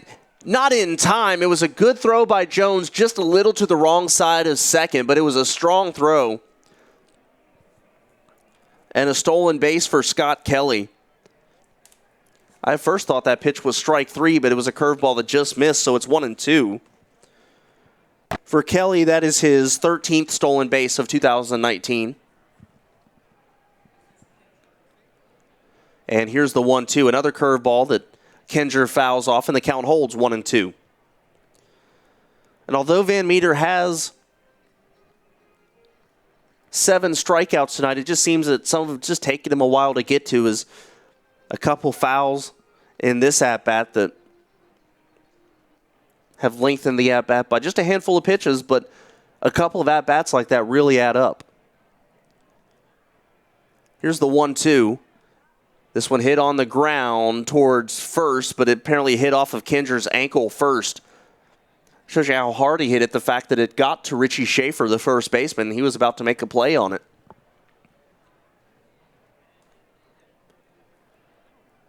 As Van Meter's approaching 90 pitches, may not even come out for the 6th inning now.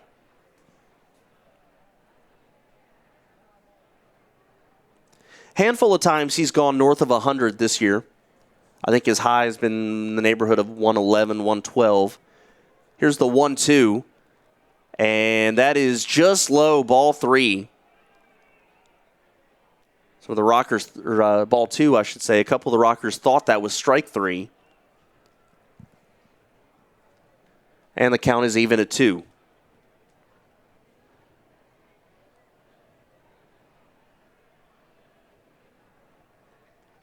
Van Meter steps off and asks Matt Jones to go through the signs again.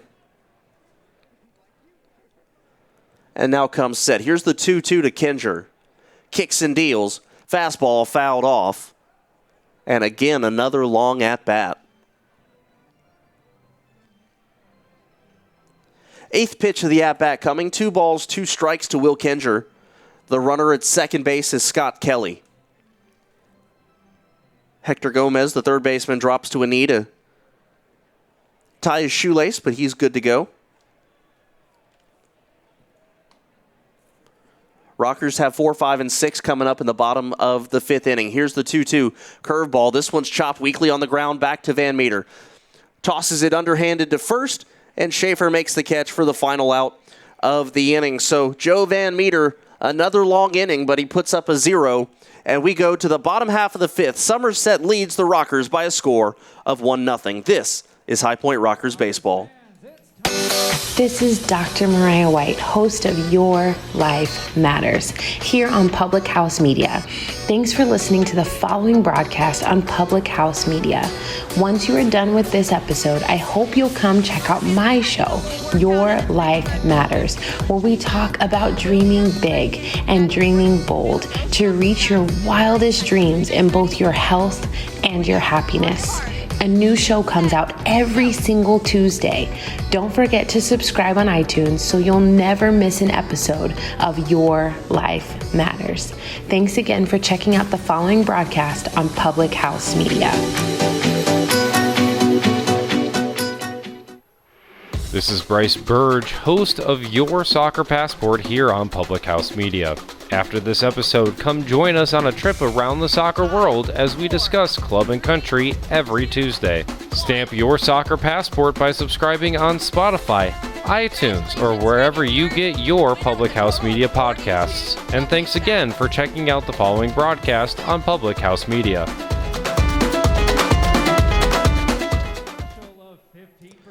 Bottom of the 5th. For the Rockers, it will be Quincy Lattimore, Tyler Ladendorf, Richie Schaefer.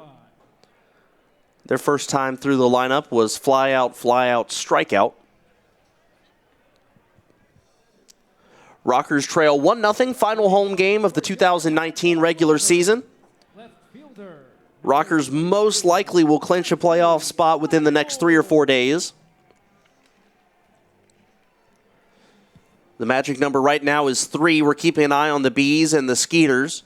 They're tied at 1 in the 5th. And the Rockers go on the road to New Britain, where they could eliminate the Bees in just 1 or 2 games if they win. First pitch, a curveball in there for a strike to Lattimore. He backed out of the way, but it ended up being a called strike. And Tyler Cloyd deals fastball, chopped on the ground to short. And Rodriguez's throw was up the line, but Espinal got it in plenty of time, stepped on the bag to retire Quincy Lattimore for out number 1. That'll bring up Tyler Ladendorf, flew out to right in his first at-bat. Very, very healthy crowd tonight for the home finale. The fans coming out to cheer on their Rockers as the regular season draws to a close. And here is the first pitch to Ladendorf. That's a fastball, the inner part of the plate, in there for a strike. And the count 0-1.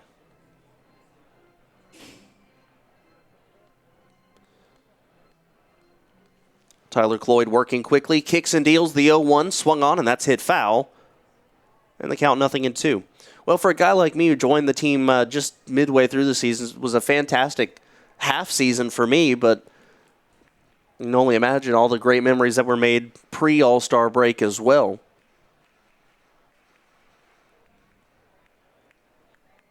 Here's the 0-2.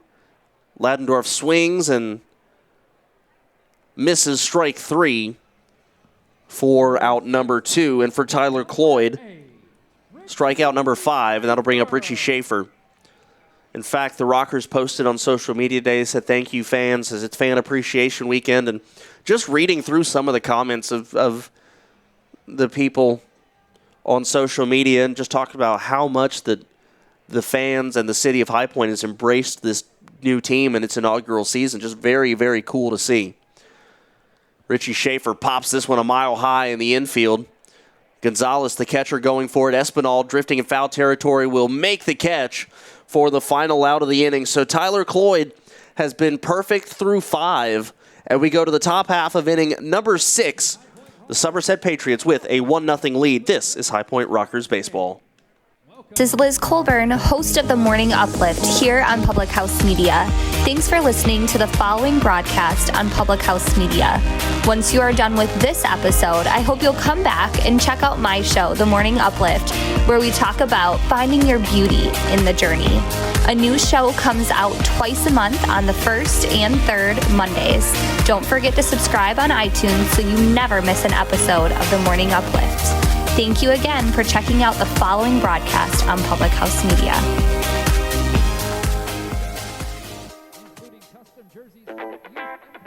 This is John Lauder, host of The Cheap Seats here on Public House Media. Thanks for listening to the following broadcast on Public House Media. Once you're done with this episode, I hope you'll come check out my show, The Cheap Seats, where we talk about sports from the fans' perspective. A new show comes out every Monday. Don't forget to subscribe on iTunes so you never miss an episode of The Cheap Seats. Thanks again for checking out the following broadcast on Public House Media.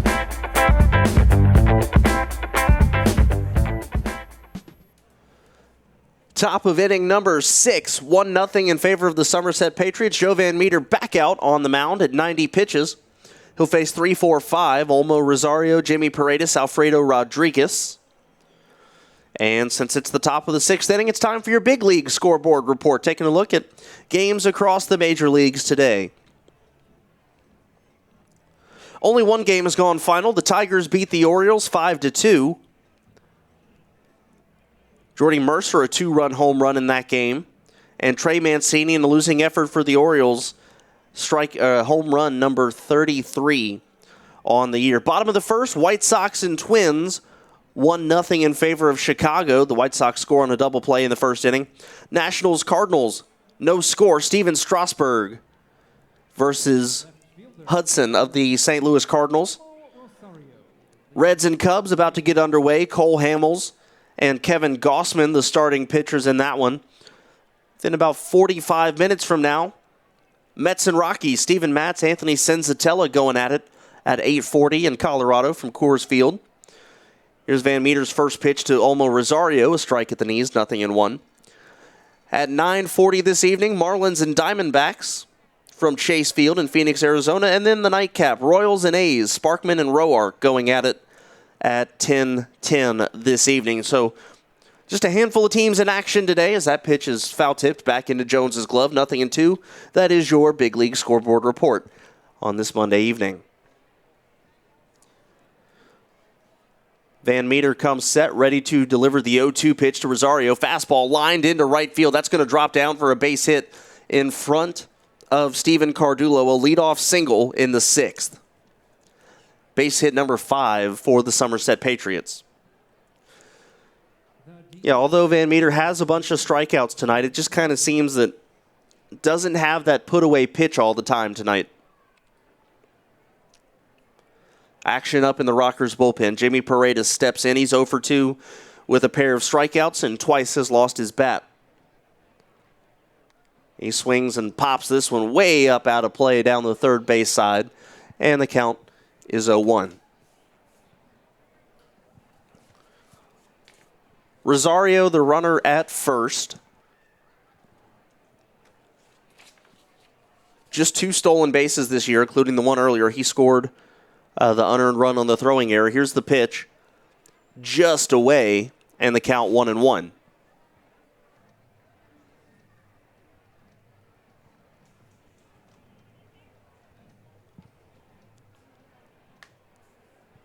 We're a little bit past the halfway point in tonight's contest as we're in the top of the 6th. Not even an hour and a half deep in this ball game. Curveball to Paredes, fouled off and out of play yet again in the count 1-2. Well, Paredes went 3 for 5 yesterday with a 3-run home run and 1 strike away from being struck out for the 3rd time tonight. We mentioned he's feast or famine with the Rockers. 5 home runs, but a .220 average against them. Fastball, swing and a miss, strike 3.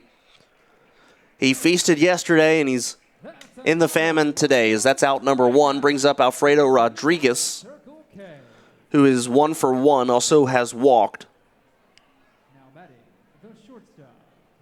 That's strikeout number 8 for Joe Van Meter. 97 pitches.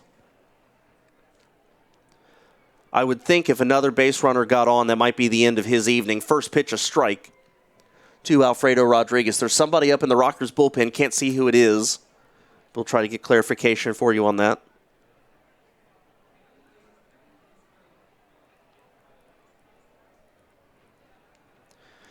Here's the pitch, fouled off towards the Somerset bench. And the count 0-2. Rockers have the bottom of the lineup coming up in the 6th inning.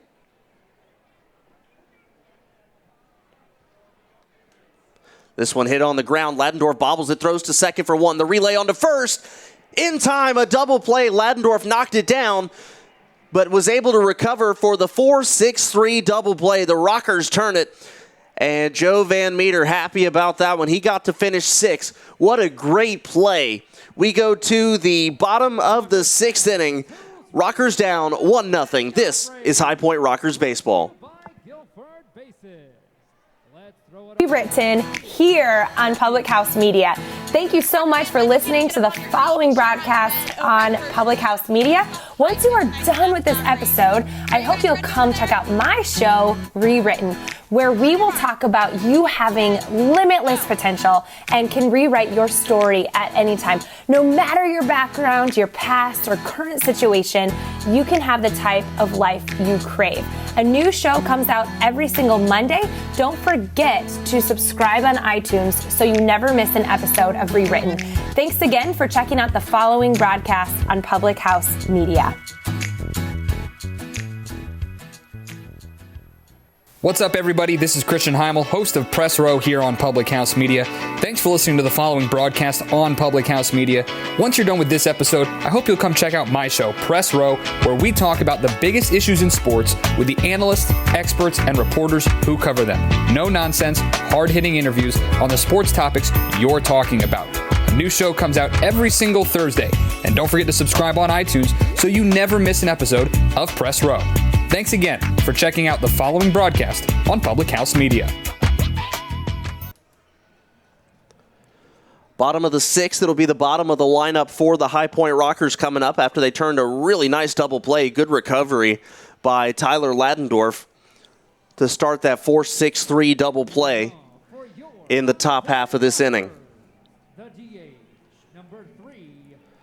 So via Sergi Rosa, Matt Jones, Giovanni Alfonso, the 3 scheduled hitters. Kyle Hansen in the bullpen for the Rockers. Rosa flied out to center his first at-bat. And with Van Meter's night over, this will be the last chance for the Rockers to give him a chance to be in line for the victory as the first pitch to Rosa misses ball 1. He certainly pitched well enough for it, and if nothing else, he has solidified his lead as the earned run average champion, I should say. That pitch misses 2-0. Dropped it to 2.33 with his 6 innings of 1-run ball because it was an unearned run. So basically no earned runs through 6 frames, as that one misses 3-0 to Vio Sergi Rosa.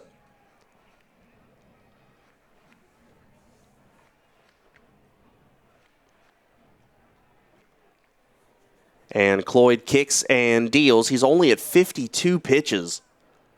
That one in there for a strike. And the count 3-1. So we're in the bottom of inning number 6. Rockers still looking for their first base runner. Cloyd kicks in, delivers. This one swing and a miss, and the count goes full to Vio-Sergi Rosa. Matt Jones, who struck out his first at-bat, waits on deck.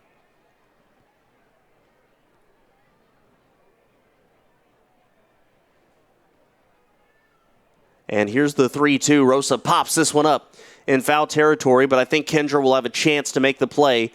He settles under it and makes the catch in foul territory, out number 1 in the 6th. That'll bring up Matt Jones, the catcher. He struck out his first at-bat. Scoring update from New Britain. The Bees have just taken a 2-1 lead in the bottom of the 5th. An RBI ground out from Rando Moreno. And here's the pitch to Jones. Pops this one up down the first base side. It's out of play.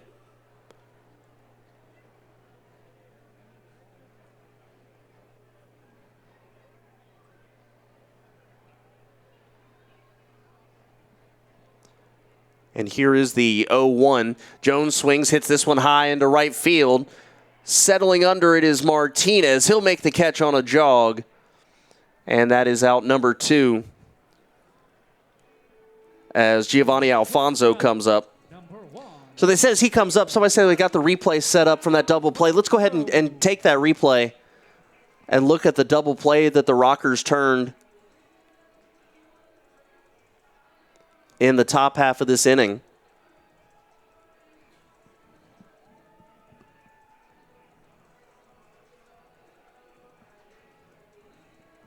And we'll get to that here in a little bit. Alfonso steps in, has flied out to right field. And here's the pitch. That's down low, checked his swing. They're going to look down to first base umpire to see if he did check his swing. He did. And the count 1-0. I don't think we ever introduced the umpires today. As that pitch inside 2-0. Matthew Caramelli behind the plate. Terrence Jones, first base. Terrence Jones is at third base, rather, and Kevin Morgan at first base. Here's the 2-0. Alfonso pops this one up into shallow right. And that's caught by Ray Navarro as we head to the top half of inning number 7. We are sailing along, but the Rockers still trail by 1. Rockers will go to the bullpen. This is High Point Rockers baseball. Is Julianne Condia, host of Rewritten here on Public House Media. Thank you so much for listening to the following broadcast on Public House Media. Once you are done with this episode, I hope you'll come check out my show, Rewritten, where we will talk about you having limitless potential and can rewrite your story at any time. No matter your background, your past, or current situation, you can have the type of life you crave. A new show comes out every single Monday. Don't forget to subscribe on iTunes so you never miss an episode of Rewritten. Thanks again for checking out the following broadcast on Public House Media. What's up, everybody? This is Christian Heimel, host of Press Row here on Public House Media. Thanks for listening to the following broadcast on Public House Media. Once you're done with this episode, I hope you'll come check out my show, Press Row, where we talk about the biggest issues in sports with the analysts, experts, and reporters who cover them. No nonsense, hard-hitting interviews on the sports topics you're talking about. A new show comes out every single Thursday. And don't forget to subscribe on iTunes so you never miss an episode of Press Row. Thanks again for checking out the following broadcast on Public House Media. This is Rachel Mullins, host of #NoFilterFriday here on Public House Media. Thanks for listening to the following broadcast on Public House Media. Once you're done with this episode, I hope you'll come check out my new show, #NoFilterFriday, where we talk about all of the sexual misconduct allegations swirling around Hollywood. A new show drops every Friday at 8:30 Pacific Standard Time. Don't forget to subscribe on iTunes so you'll never miss an episode of #NoFilterFriday. Thanks again for checking out the following broadcast on Public House Media.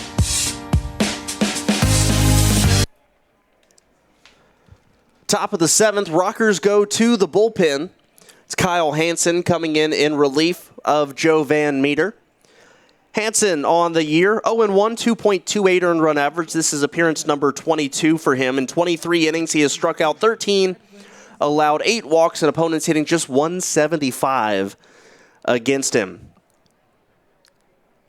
Okay, so now I'm being told we do have that replay for the double play the Rockers turned last inning.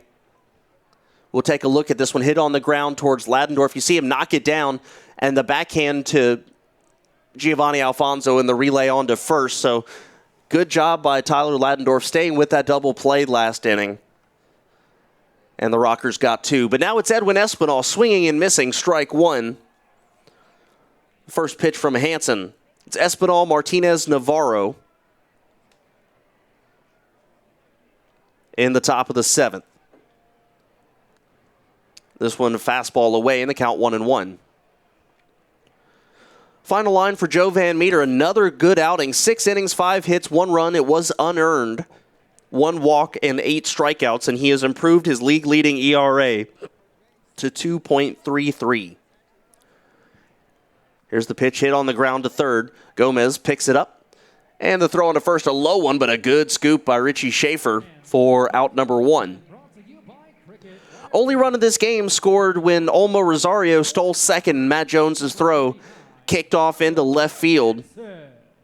Not sure still whether it hit Giovanni Alfonso or hit the runner or what, but it hit something out there and went out into left field, and Rosario motored around and scored. Here's Teodoro Martinez. He has struck out in both of his at-bats so far. And here's the pitch, a fastball strike at the knees. In the bottom of the 7th inning, we'll do our standard This Day in Baseball History. If you're a Cincinnati Reds fan, we've got a good one for you. This one a strike at the knees, and the count is 0-2.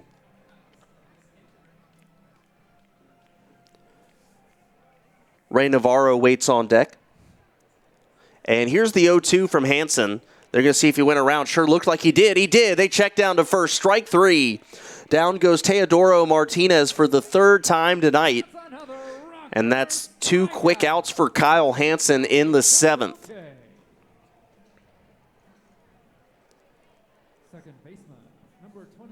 Left-handed hitting second baseman Ray Navarro steps in.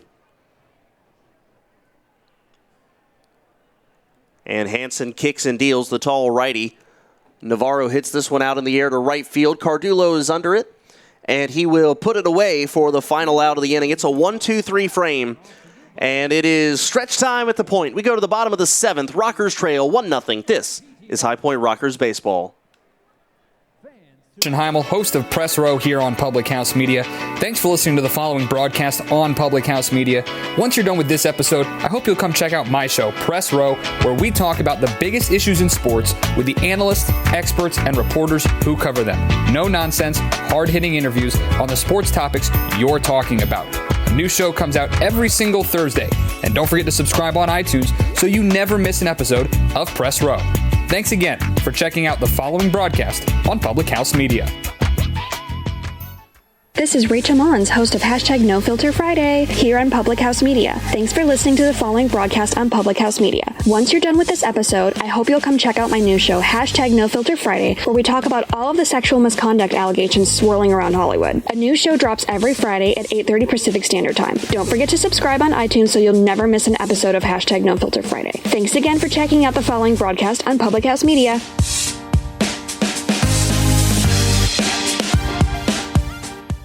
This is Daniel Poppy, host of How to Write Good here on Public House Media. I just want to thank you for listening to the following broadcast brought to you by Public House Media. Once you're done with this episode, I hope that you'll come check out my show, How to Write Good, the writing show that is not about writing. A new show of How to Write Good comes up every Wednesday, so don't forget to subscribe on iTunes so you never miss an episode of How to Write Good. Again, thanks for checking out the following broadcast on Public House Media.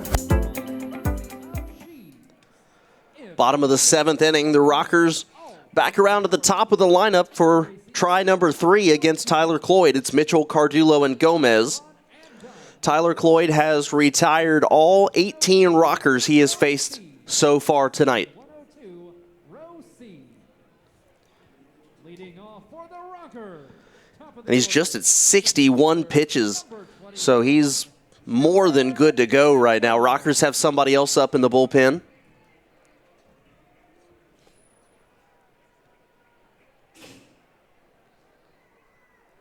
And here's the first pitch to Jared Mitchell. That's a fastball strike on the inner part of the plate.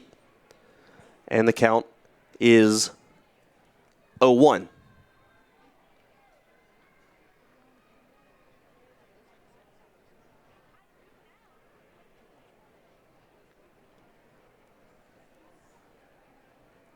Mitchell asking for time as he has a quick conversation with the home plate umpire. Again, we told you we have this day of baseball history here in the bottom of the seventh. Got a couple fun ones for you. Here's the 0-1 to Mitchell curveball. That's down low, and the count is 1-1. How about 1924? Sonny Jim Bottomley, first baseman for the St. Louis Cardinals, goes 6 for 6, 2 home runs, and 12 RBIs, setting a record for most RBIs in a game. As they beat the Dodgers at Ebbets Field 17-3. Here's the 1-1 to Mitchell. That's down low for a ball.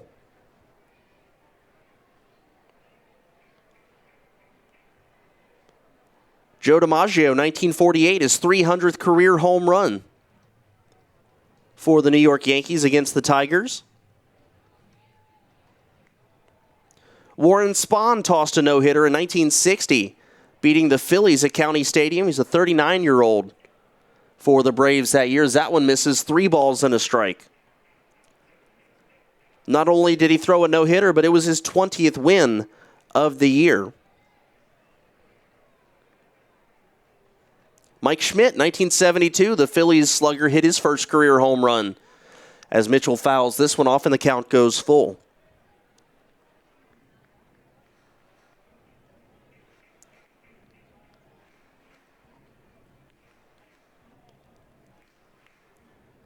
And the one I was mentioning earlier for the Cincinnati Reds fans out there, 1988, Tom Browning, a perfect game. The first perfect game in Cincinnati Reds franchise history, a 1-0 win over the Dodgers. Mitchell swings, lines this one into right field. There's a base hit, and the High Point Rockers have their first hit of the ball game. There goes the perfect game. There goes the no-hitter. And the Rockers have a man aboard to lead off the 7th inning. That'll bring up Stephen Cardullo. Right fielder, number 7, Stephen. 1993, Minnesota Twins Dave Winfield, the 19th major leaguer to pick up his 3,000th hit. 3 years later, on the same day, Paul Molitor picked up hit number 3,000. First pitch to Cardullo, a fastball up and in for ball 1.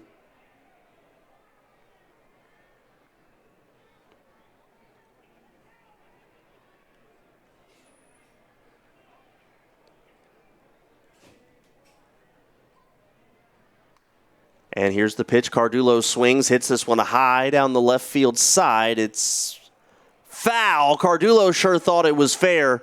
That one was going to be close.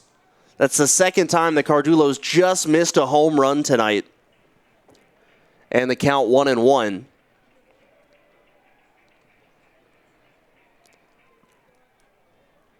Well, I'll tell you what, he's had some of the best at-bats that anybody's had off Tyler Cloyd this evening. Twice just missing a home run. Rockers have a man aboard. It's their first hit of the game. They only trail by 1, so Cardullo would represent the go-ahead run at the plate. Here's the 1-1. And that is a called strike 2, 1 ball, 2 strikes. Again, Rockers have somebody up in the bullpen down 1-0 in the bottom of the 7th inning. They have 9 outs to try to pick up 1 run.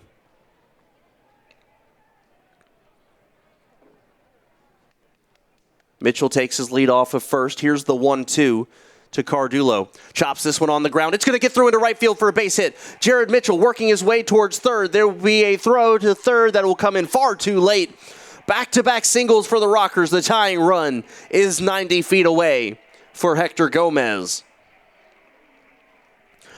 Well, it took them 7 innings, but the High Point Rockers finally getting some offense going here in the 7th against Tyler Cloyd. That was his 70th pitch of the ball game. Looks like they're starting to bring the infield in for the Somerset Patriots. They want to cut down Jared Mitchell at the plate if they can. That was a great piece of hitting for Stephen Cardulo, though. He knows that Espinal is holding on Jared Mitchell. The middle infield is in double play depth, so he just kind of chopped it in that gap in between first and second base. And here's Hector Gomez, a team-leading 72 RBI. Swings, hits this one deep into right field. That ball is foul. They're going to call it foul. Oh, my goodness. Hector Gomez just missed a 3-run shot. Oh, my. Every single person here. Heart rate certainly jumped up. You saw the first base coach, I think it's John Brownell right now, did say it was a foul ball. So Rockers players are agreeing it was a foul ball. So I guess they got the call right. My goodness. The fans certainly up on their feet cheering as the Rockers have figured out Cloyd, it looks like. Somebody starting to get up and throw for the Patriots. We mentioned 72 RBIs, a team lead for Gomez. Fouls this one into the Somerset dugout in the count 0-2. Nobody out in the 7th. Quincy Lattimore waits on deck. Cloyd looks in, gets the sign from Gonzalez. Mitchell, the runner, at third. Cardulo, the runner, at first. Here's the 0-2. Curveball, swing and a miss, strike 3. Gomez chased it, so he went from a high of almost having a 3-run home run to the low of striking out. Runners still at the corners, and that'll bring up Quincy Lattimore. Rockers have 2 more chances this inning to get that tying run across, and the fans here are bringing the volume, bringing the energy for the first time here this evening. Not for the first time. It's the loudest I've heard it here this evening is what I should say. Here's the pitch to Lattimore. That's down low, ball 1.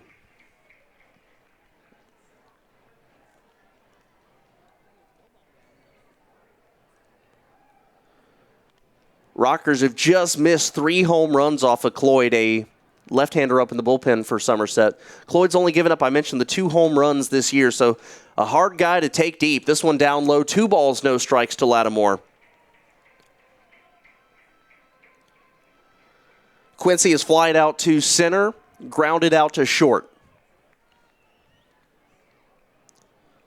If the Rockers can come back and win, their magic number for the playoffs would be 2. Here's the 2-0. That's down low. 3 balls, no strikes. I do want to mention, though, the Skeeters have just regained the lead. Albert Cordero, a 2-run home run. And the Skeeters lead the Bees in the 6th, 3-2.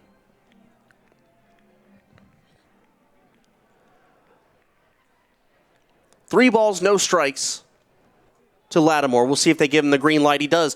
Grounds this one over to third. Kindred throws to second for 1. The relay to first. In time, and that is a rally-killing double play around the horn. 5-4-3. And the Rockers have a big opportunity, but cannot score. We go to the 8th. It is still 1-0 in favor of the Somerset Patriots. This is High Point Rockers baseball. This is Rachel Mullins, host of #NoFilterFriday here on Public House Media. Thanks for listening to the following broadcast on Public House Media. Once you're done with this episode, I hope you'll come check out my new show, #NoFilterFriday, where we talk about all of the sexual misconduct allegations swirling around Hollywood. A new show drops every Friday at 8:30 Pacific Standard Time. Don't forget to subscribe on iTunes so you'll never miss an episode of #NoFilterFriday. Thanks again for checking out the following broadcast on Public House Media.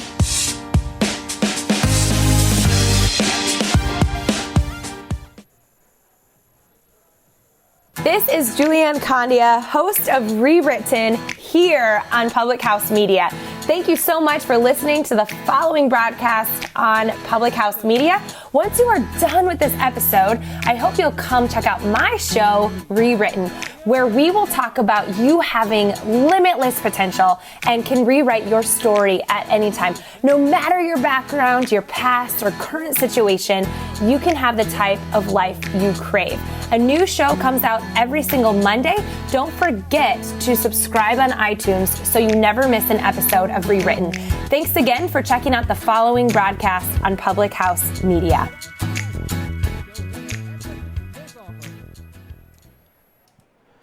New pitcher for the Rockers, it's Brian Clark. In the top of the 8th inning, Rockers had 2 guys on last inning but couldn't score. Hector Gomez just missed a 3-run home run by a matter of feet, as that ball ended up going foul. But the Rockers go back to the bullpen. It's Brian Clark. Clark 3-3, 2.01 earned run average. 43 appearances this year. This will be number 43. 42 innings, 43 strikeouts. Opponents hitting just 188 off of him.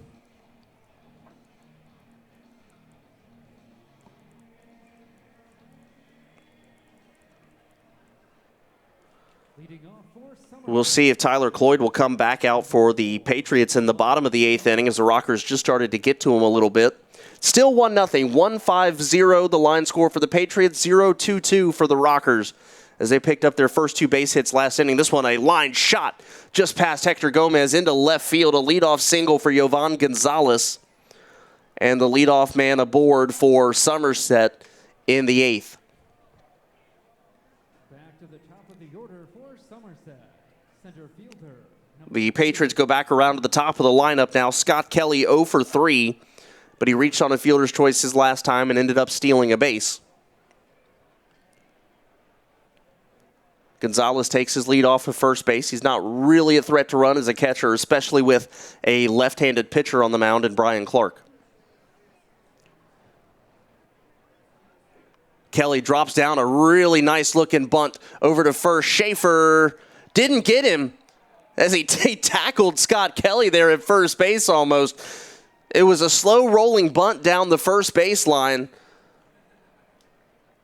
But Richie Schaefer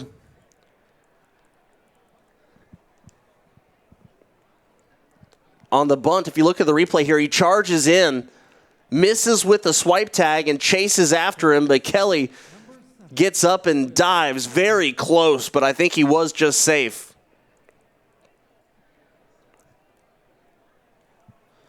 So back-to-back hits here in this 7th. One a line drive to left, one a bunt single.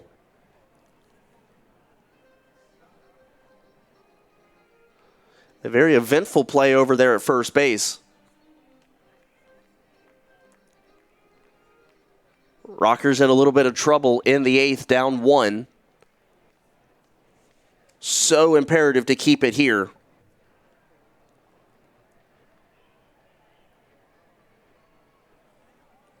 Again, Tyler Cloyd is at 78 pitches. Clark deals first pitch to Kinger, pops this one into left field. Lattimore coming in. Now he's starting to go more towards the line. Makes the catch, out number 1.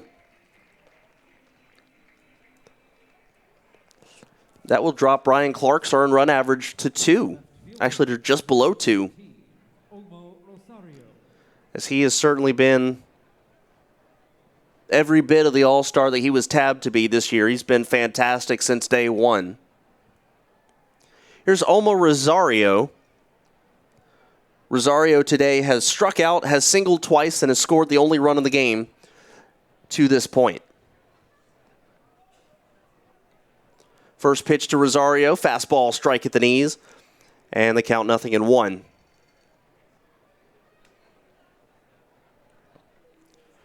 A win tonight by the Rockers would eliminate Somerset from postseason play, and that's been the case the last 2 days, and the Patriots have really come out with the intensity of a team with their backs to the wall, winning both of those games as Clark misses way outside.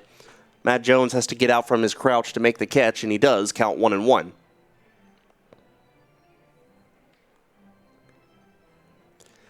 It's the final home game for the Rockers. Final regular season home game, I should say. They go to the road for New Britain for 3, and then Long Island for 3. This one popped up out of play, count 1-2. And that final game against Long Island on Sunday will be the final game of the regular season. Do want to mention, though, You can pick up your Rockers postseason vouchers. They not selling tickets yet, but once the Rockers clinch a playoff spot, you can exchange those vouchers for tickets. Here's the pitch. This one hit in the air to left field. And it's going to be Giovanni Alfonso, the shortstop, backpedaling out there to make the catch, out number 2. So you purchase your tickets at the box office and exchange them once the Rockers do clinch.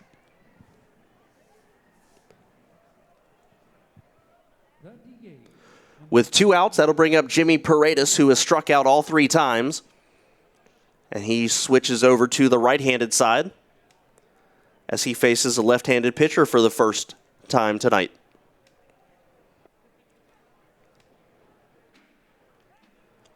Clark set. First pitch to Paredes down in the turf, ball 1. He held up. Again, there was a left-hander warming up in the bullpen for Somerset. Tyler Cloyd at 78 pitches. So we will see how Brett Jody, the Somerset manager, wants to play this.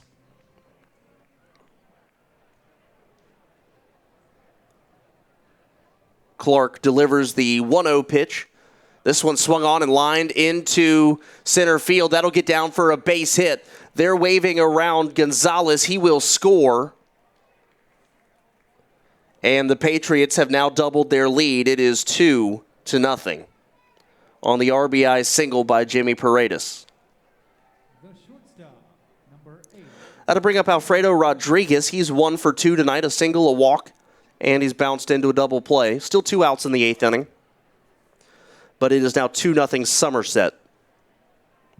Bottom of the inning, the Rockers will have Ladendorf, Schaefer, and Rosa coming up. Here's the pitch. That's a fastball below the knees. And the count 1-0.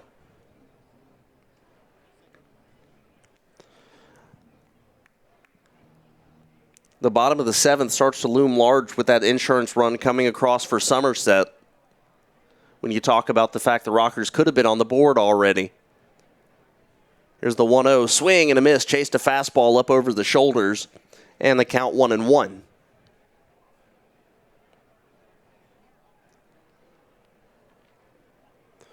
Clark, the lefty, wearing the high yellow or the high orange socks, I should say, as the Rockers have their Irish Heritage jerseys on tonight. They wore those as a custom jersey about a month or so ago. That pitch at the knee, strike 2. I was told the reason they were wearing them tonight on the final home game of the regular season is we are exactly halfway to St. Patrick's Day of next year.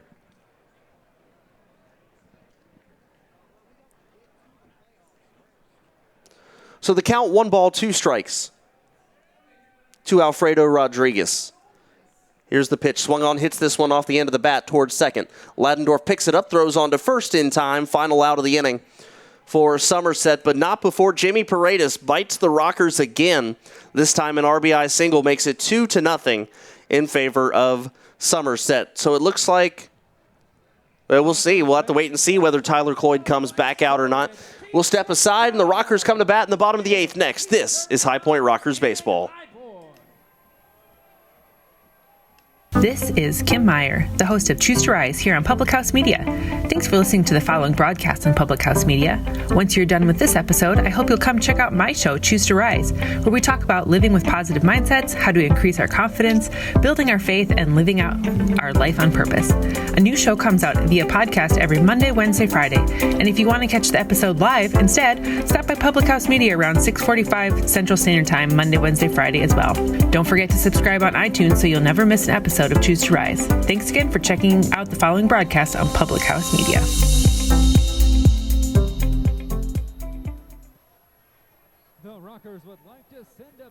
Hi, this is Emily. This is Lindsay. And this is Elizabeth, co-hosts of Beauties and Headcanons here on Public House Media. Thanks for listening to the following broadcast on Public House Media. Once you are done with this episode, we hope you'll come check out our show, Beauties and Headcanons, where we talk nerdy to you about fandoms, fan fiction, and all pop culture for nerds that you can think of. A new show comes out every Friday. Don't forget to subscribe on iTunes so you never miss an episode of Beauties and Headcanons. Thanks again for checking out the following broadcast on Public House Media. So Tyler Cloyd's night is done at BB&T Point. What a fantastic night he had, though. 7 innings, 2 hits, no runs, no walks, 6 strikeouts. And The Rockers didn't have a base runner until the 8th inning where they picked up back-to-back base hits. So Tyler Cloyd's evening is finished. He'll give way to left-hander Luis Cruz. Cruz on the year, 2-4, 3.48 earned run average, 3 saves and 7 opportunities. He's a guy that's no stranger to the setup role that he finds himself in tonight. 51 innings this year, 58 strikeouts, 17 walks. Opponents hit 232 off of him. Has given up 6 home runs.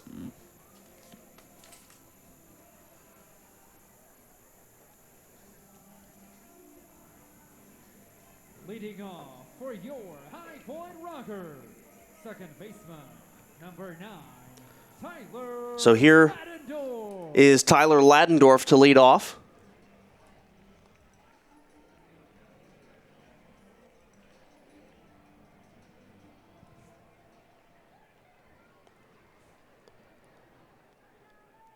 And the first pitch from Cruz to Ladendorf is a fastball strike at the top of the zone. Count 0-1. Rockers have action up in their bullpen again. We'll see who they go to in the top of the 9th. Cruz deals another fastball. This one stays away, and the count 1-1.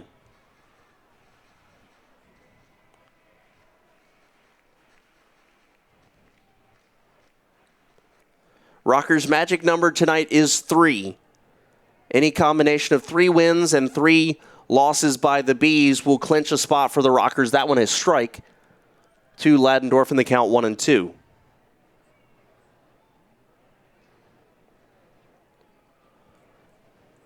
Ladendorf has most of the Rockers tonight 0 for 3. Or 0 for 2, I should say. This is his third at-bat. Cruz delivers, and this one will just miss inside, and the count 2 balls, 2 strikes to Ladendorf from the new pitcher, Luis Cruz. Ladendorf, Schaefer, and Rosa, the 3 scheduled hitters. And here's the pitch down low again, and the count goes full. Down by 2 in the 8th inning. Rockers have 6 outs to make up those 2 runs, and it'd be great just to pick up a base runner here.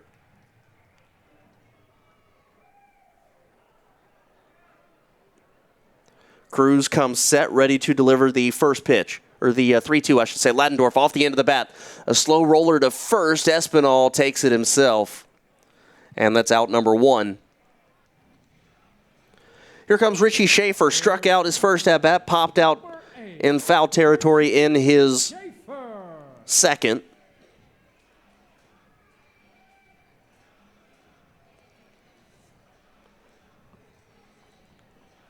Rockers being shut out at home in the 8th inning. Looks like the trainer's coming out onto the mound maybe to check on Luis Cruz. I don't know if maybe he pulled something trying to get off of the mound to make that play or what. Not sure what they're looking at out there.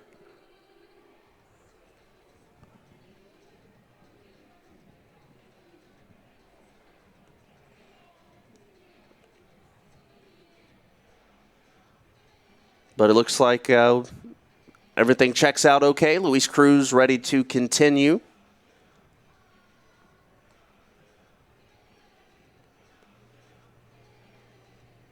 And Schaefer steps in. 0 for 2 tonight. His average has dropped to 241.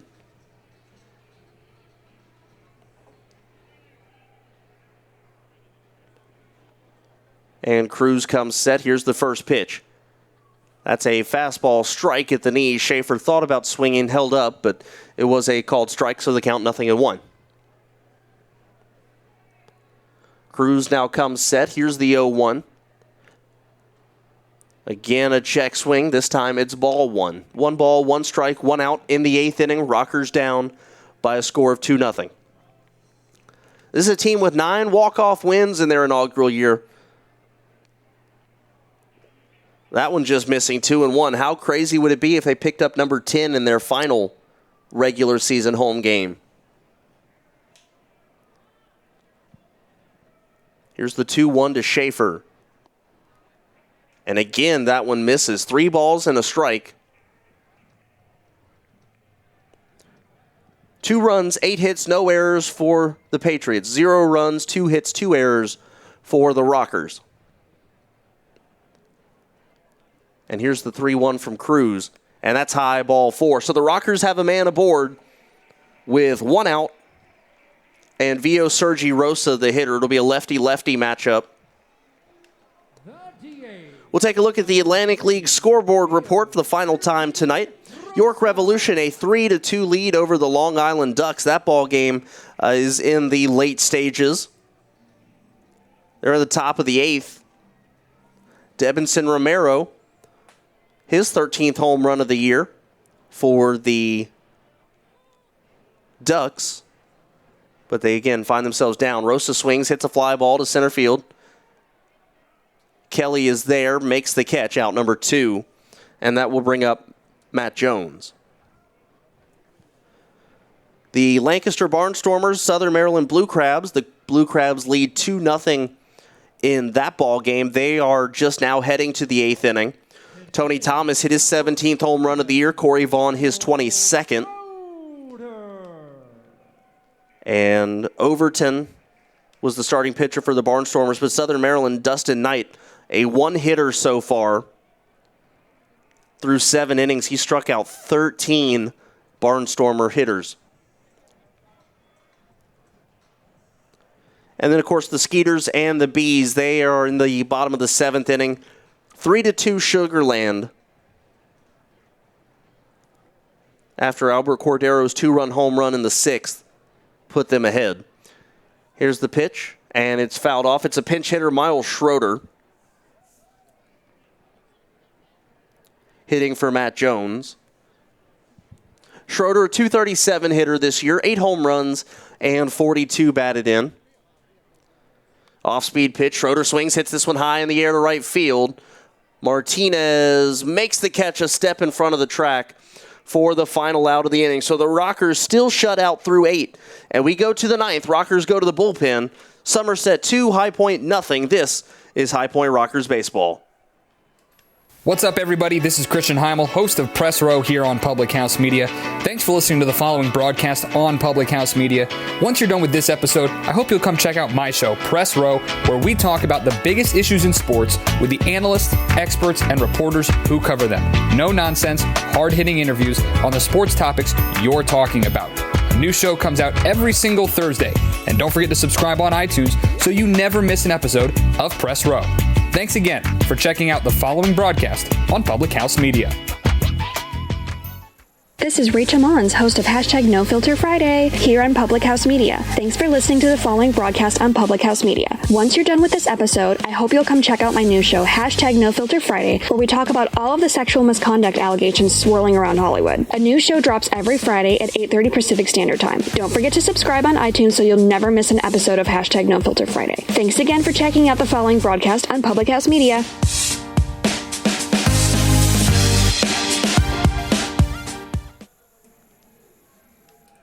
Top of the 9th, Rockers go to the bullpen. It's Ryan Kelly, the closer, who comes in. It's a non-save situation, obviously, but they're going to turn it over to Kelly to try to put up another 0 and give the Rockers a chance in the bottom of the 9th. Kelly's numbers on the year, 2-2, 3.68 earned run average. It's appearance number 24, 13 saves and 15 opportunities, 24 strikeouts in 22 innings, and opponents hitting just $190 off of him this year. And behind the plate now for the Rockers, it's John Nestor. Again, the Rockers lifted Matt Jones for a pinch hitter. It was Miles Schroeder that came in to hit for him, and now Nestor is in the game as the catcher. It'll be Edwin Espinal, Teodoro Martinez, Ray Navarro, the 3 scheduled hitters for the Somerset Patriots in the top of the 9th. They have a left-hander warming up in the bullpen, and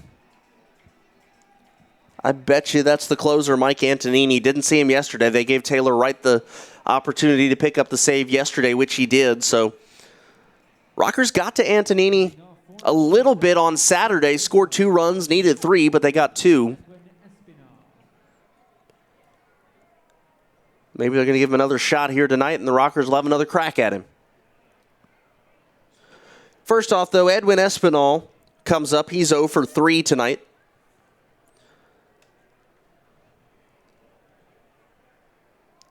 As Ryan Kelly ready to deliver the first pitch of the 9th inning.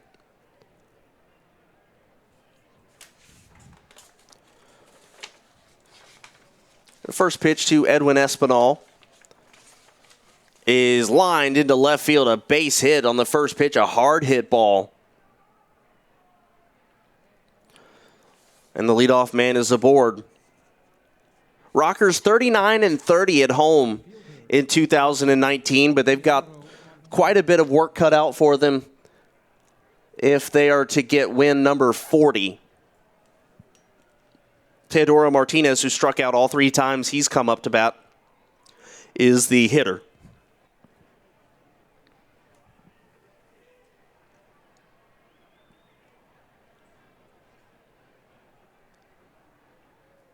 Kelly steps off.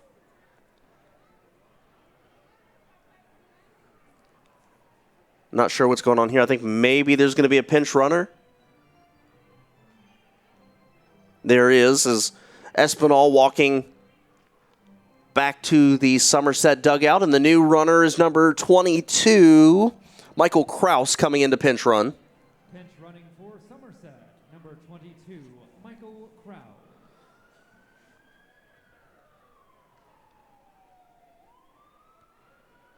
So it looks like now we're ready to go. As Espinal's on, or Kraus is on, rather, as a pinch runner for Edwin Espinal, who just singled on the first pitch of the inning.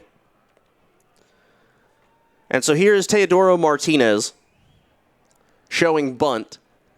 Infield breaking and runner goes. Here's the pitch. He chops this one over the head of Hector Gomez. So he showed bunt and ended up swinging and grounds that one. An infield base hit. Giovanni Alfonso got to it, but no chance at making a throw. Smart job there. Good job by Teodoro Martinez, completely catching the Rockers off guard. That'll bring up Ray Navarro, 1 for 3. And for the second inning in a row, the Patriots have the makings of what looks like it could be a dangerous inning. That's their 10th hit of the ball game. Here's the pitch from Kelly. This one a bunt down the first base side, and Schaefer is going to throw it to first. That's the only play. Both runners move into scoring position, though. So a sacrifice 3-4. Kraus goes to third. Martinez goes to second. And that'll bring up the catcher, Yovan Gonzalez, who singled and scored last inning. That's what the Patriots like to do. Very good at small ball, and they are executing it to perfection in the 9th. Line drive single, a Baltimore chop single after a fake bunt, and then a sacrifice. Infield is in for the Rockers. Curveball is a strike to Gonzalez. Scott Kelly, the leadoff man, waits on deck.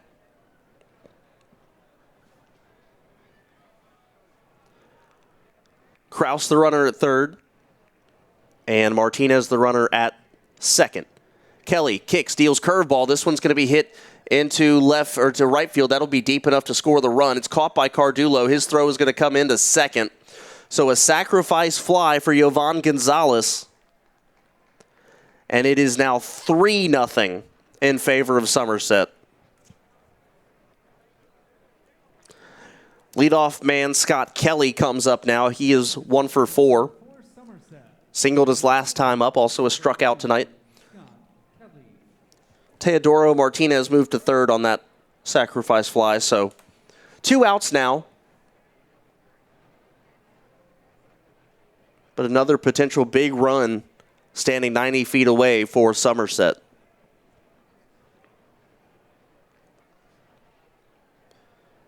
First pitch, chopped on the ground to short. Alfonso scoops it up. Nice throw on the run in time for the final out of the inning. But another run scores for Somerset, and we go to the bottom of the 9th now. Rockers trail by 3, and it looks like the league's best closer, Mike Antonini, is going to be the order for the Rockers if they're going to come back in this one. Remember, they got Antonini for 2 on Saturday. They needed 3. They need 3 again tonight. We'll step aside, bottom of the 9th next. This is High Point Rockers Baseball. This is Rachel Mullins, host of No Filter Friday, here on Public House Media. Thanks for listening to the following broadcast on Public House Media. Once you're done with this episode, I hope you'll come check out my new show, No Filter Friday, where we talk about all of the sexual misconduct allegations swirling around Hollywood. A new show drops every Friday at 8:30 Pacific Standard Time. Don't forget to subscribe on iTunes so you'll never miss an episode of No Filter Friday. Thanks again for checking out the following broadcast on Public House Media.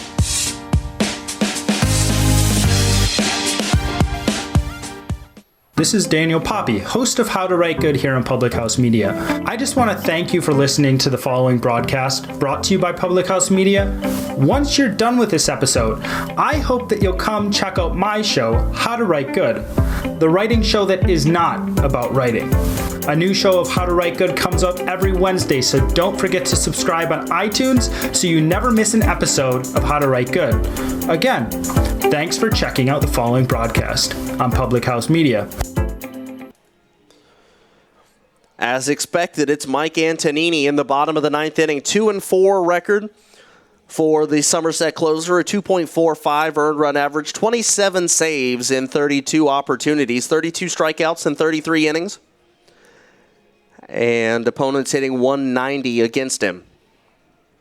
Rockers have Alfonso, Mitchell, and Cardulo, the 3 scheduled hitters, so 9, 1, and 2. As Antonini's thrown his last warm-up pitch. And the Rockers down by 3 in the 9th. Sugarland just added another run in the 8th inning of their ball game. Base hit by Zach Borenstein scored a run. So it looks like even if the Rockers lose today, their magic number will be cut down to 2. And they would clinch a playoff spot, winning just a single game against New Britain.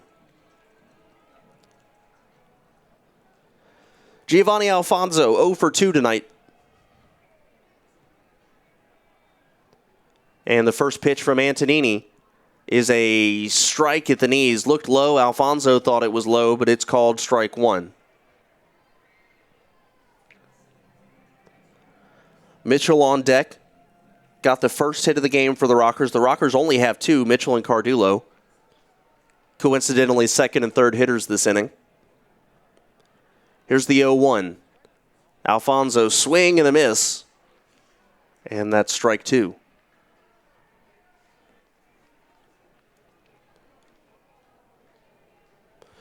Well, the Rockers had opportunities in the 7th inning. They had runners at the corners when it was just a 1-0 game. And there was nobody out, but a strikeout and a double play took away any chance for the Rockers there in the 7th. So certainly have had an opportunity to score late in this game as that pitch missed in the count 1-2.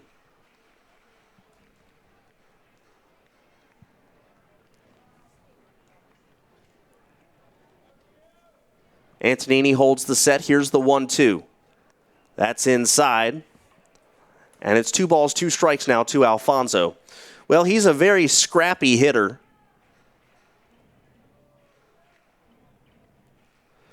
Couple of defensive substitutions to tell you about. Ray Navarro has moved from 2nd to 3rd for the Somerset Patriots. Here's the 2-2 to Alfonso. Pokes this one, a base hit into center field. And the Rockers have the leadoff man aboard in the 9th inning. That'll bring up Jared Mitchell. So Navarro is now the 3rd baseman. Will Kinger moves from 3rd to 1st. Remember that Edwin Espinal was lifted for a pinch hitter. So Kinger to first base. Michael Kraus comes in and plays center field now. Kraus stays in the game, I should say.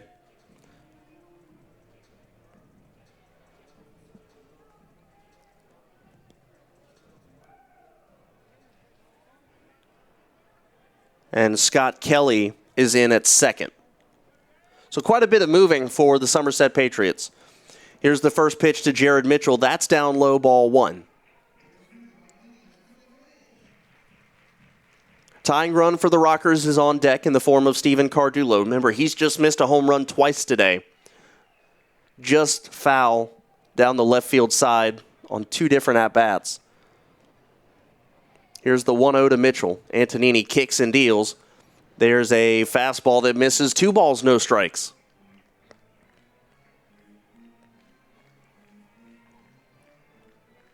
Mitchell's had a good series against Somerset. 6 hits through the first 3 games with a pair of home runs and a pair of stolen bases. Antonini comes set. Here's the 2-0 to Mitchell. Holds the set, looking at Alfonso, now deals, and it's away. 3 balls, no strikes now to the Rockers' leadoff man.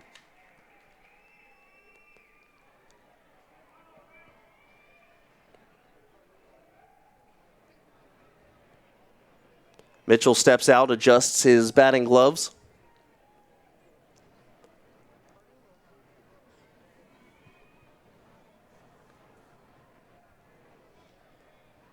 And now he steps back in. 3-0. I'm assuming he's taking all the way here from Antonini. Here's the pitch. And it missed ball 4. Close one, but a single and a walk, and the Rockers bring the tying run to the plate in the 9th inning. A chance for a double play if you're Somerset. But here comes Steven Cardullo, 1 for 3, just missed a home run his last time up. The fans coming back to life at BB&T Point as Yovan Gonzalez goes out to have a quick word with Antonini.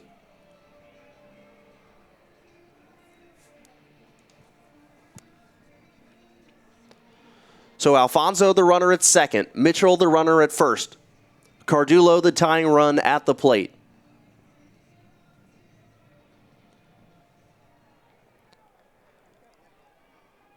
And the lefty, Mike Antonini, looks in. He's a 6'3", 210-pound lefty from Aston, Pennsylvania. And here's the pitch to Cardullo. Swings and hits this one weakly on the ground. Could be trouble for Antonini. His only play is going to be to first in time to get Cardullo by a step, but the other 2 runners advance. And, you know, that's not a bad out there. You get rid of the double play possibility. Third baseman. And that'll bring up Hector Gomez. He also just missed a home run his last at-bat. 1 out now, no chance of a double play. Somerset will give up the run to get the second out of the inning. Gomez, the team leader, with 72 RBIs.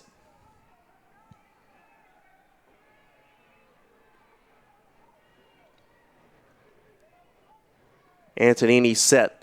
Here's the pitch to Gomez. That's down. It's a strike. Looked below the knees from here, but it's a called strike. The fans certainly voiced their displeasure around the concourse and the stands.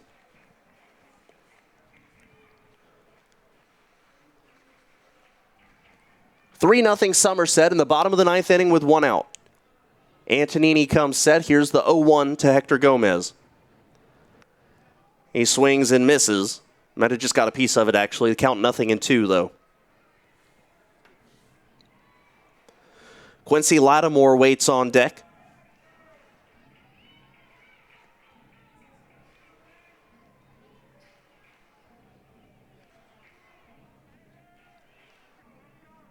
Rockers trying for a little magic in their home finale. Of course, they want to win in front of the hometown fans. They have an opportunity here in the 9th inning. Here's the 0-2. Antonini deals. This is hit on the ground to third. Navarro picks it up, throws to first in time. That's out number 1. The run scores. And Mitchell has to hold, so Alfonso comes in. It's now 3-1. And here's Quincy Lattimore, who is 0 for 3.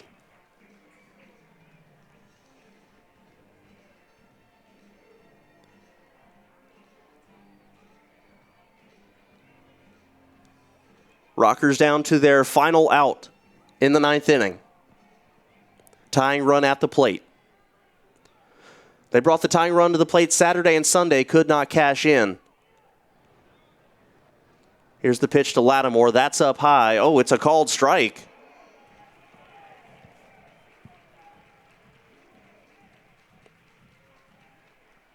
And the count 0-1.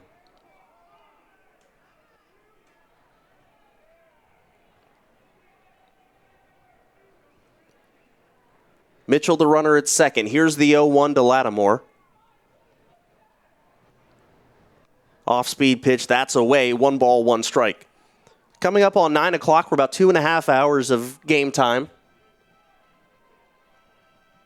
We didn't quite start at 6:30, so probably about 1 hour and 45 minutes or so. 1 ball, 1 strike to Quincy Lattimore. Antonini kicks and deals. Here it is. Big swing. That was a home run swing, but he missed, and the Rockers down to their final strike.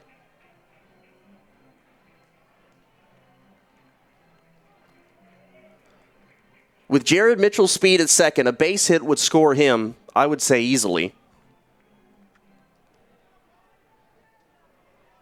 Rockers tied and walked off earlier this year with home runs by Ladendorf and Lattimore in the opposite order than what it is now, as Ladendorf hits behind Lattimore today.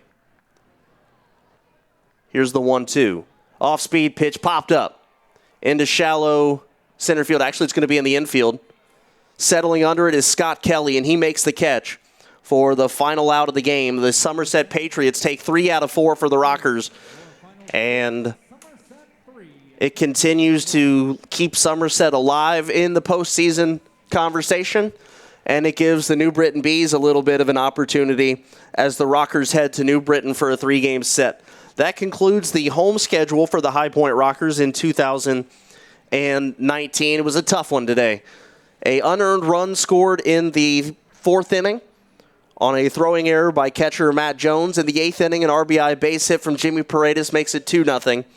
And in the 9th, a sacrifice fly off the bat of Yovan Gonzalez made it 3-0. And the Rockers picked up 1 on a ground out by Hector Gomez in the bottom of the 9th, but could not get any closer. For the 3rd straight game, the Rockers put the go-ahead run at the plate, or tying run at the plate, I should say, but we're not able to bring them in. Tough one tonight. Joe Van Meter pitched a very good game, but he'll take the loss. He drops to 9-6 on the campaign. And the winning pitcher, Tyler Cloyd, is 1-3. And Mike Antonini picks up save number 28. From here, the Rockers go to New Britain for 3, and they go to Long Island for 3. And we hopefully see you next week for the postseason. But again, the Rockers do not have that locked up as of yet. Looking at the New Britain game really quickly for one last time. 9th inning, it's 4-3 in that one, and a Sugarland win would cut the Rockers' magic number down to 2. But again, still 3 outs to go in that game. So looks like the Rockers could potentially lock it up when they go to New Britain tomorrow or potentially Wednesday or at some point in that series, point being. But they were not able to do it tonight. So that's about it here from BB&T Point. The Somerset Patriots win by a score of 3-1. Hopefully we'll see you guys back for the first round of the playoffs next week. Just stay tuned. Social media. Check on atlanticleague.com. Obviously, keep up with the scores. Christian Heimel will be in New Britain. He will be doing the games tomorrow and Wednesday just to be on hand in case the High Point Rockers pick up that clinching victory. So that'll do everything here at BB&T Point. For everybody down in the control room, all our fantastic guys down there, and everyone at High Point Rockers Baseball, I'm Kendrick Fruits wishing you a good night, and we'll see you next week.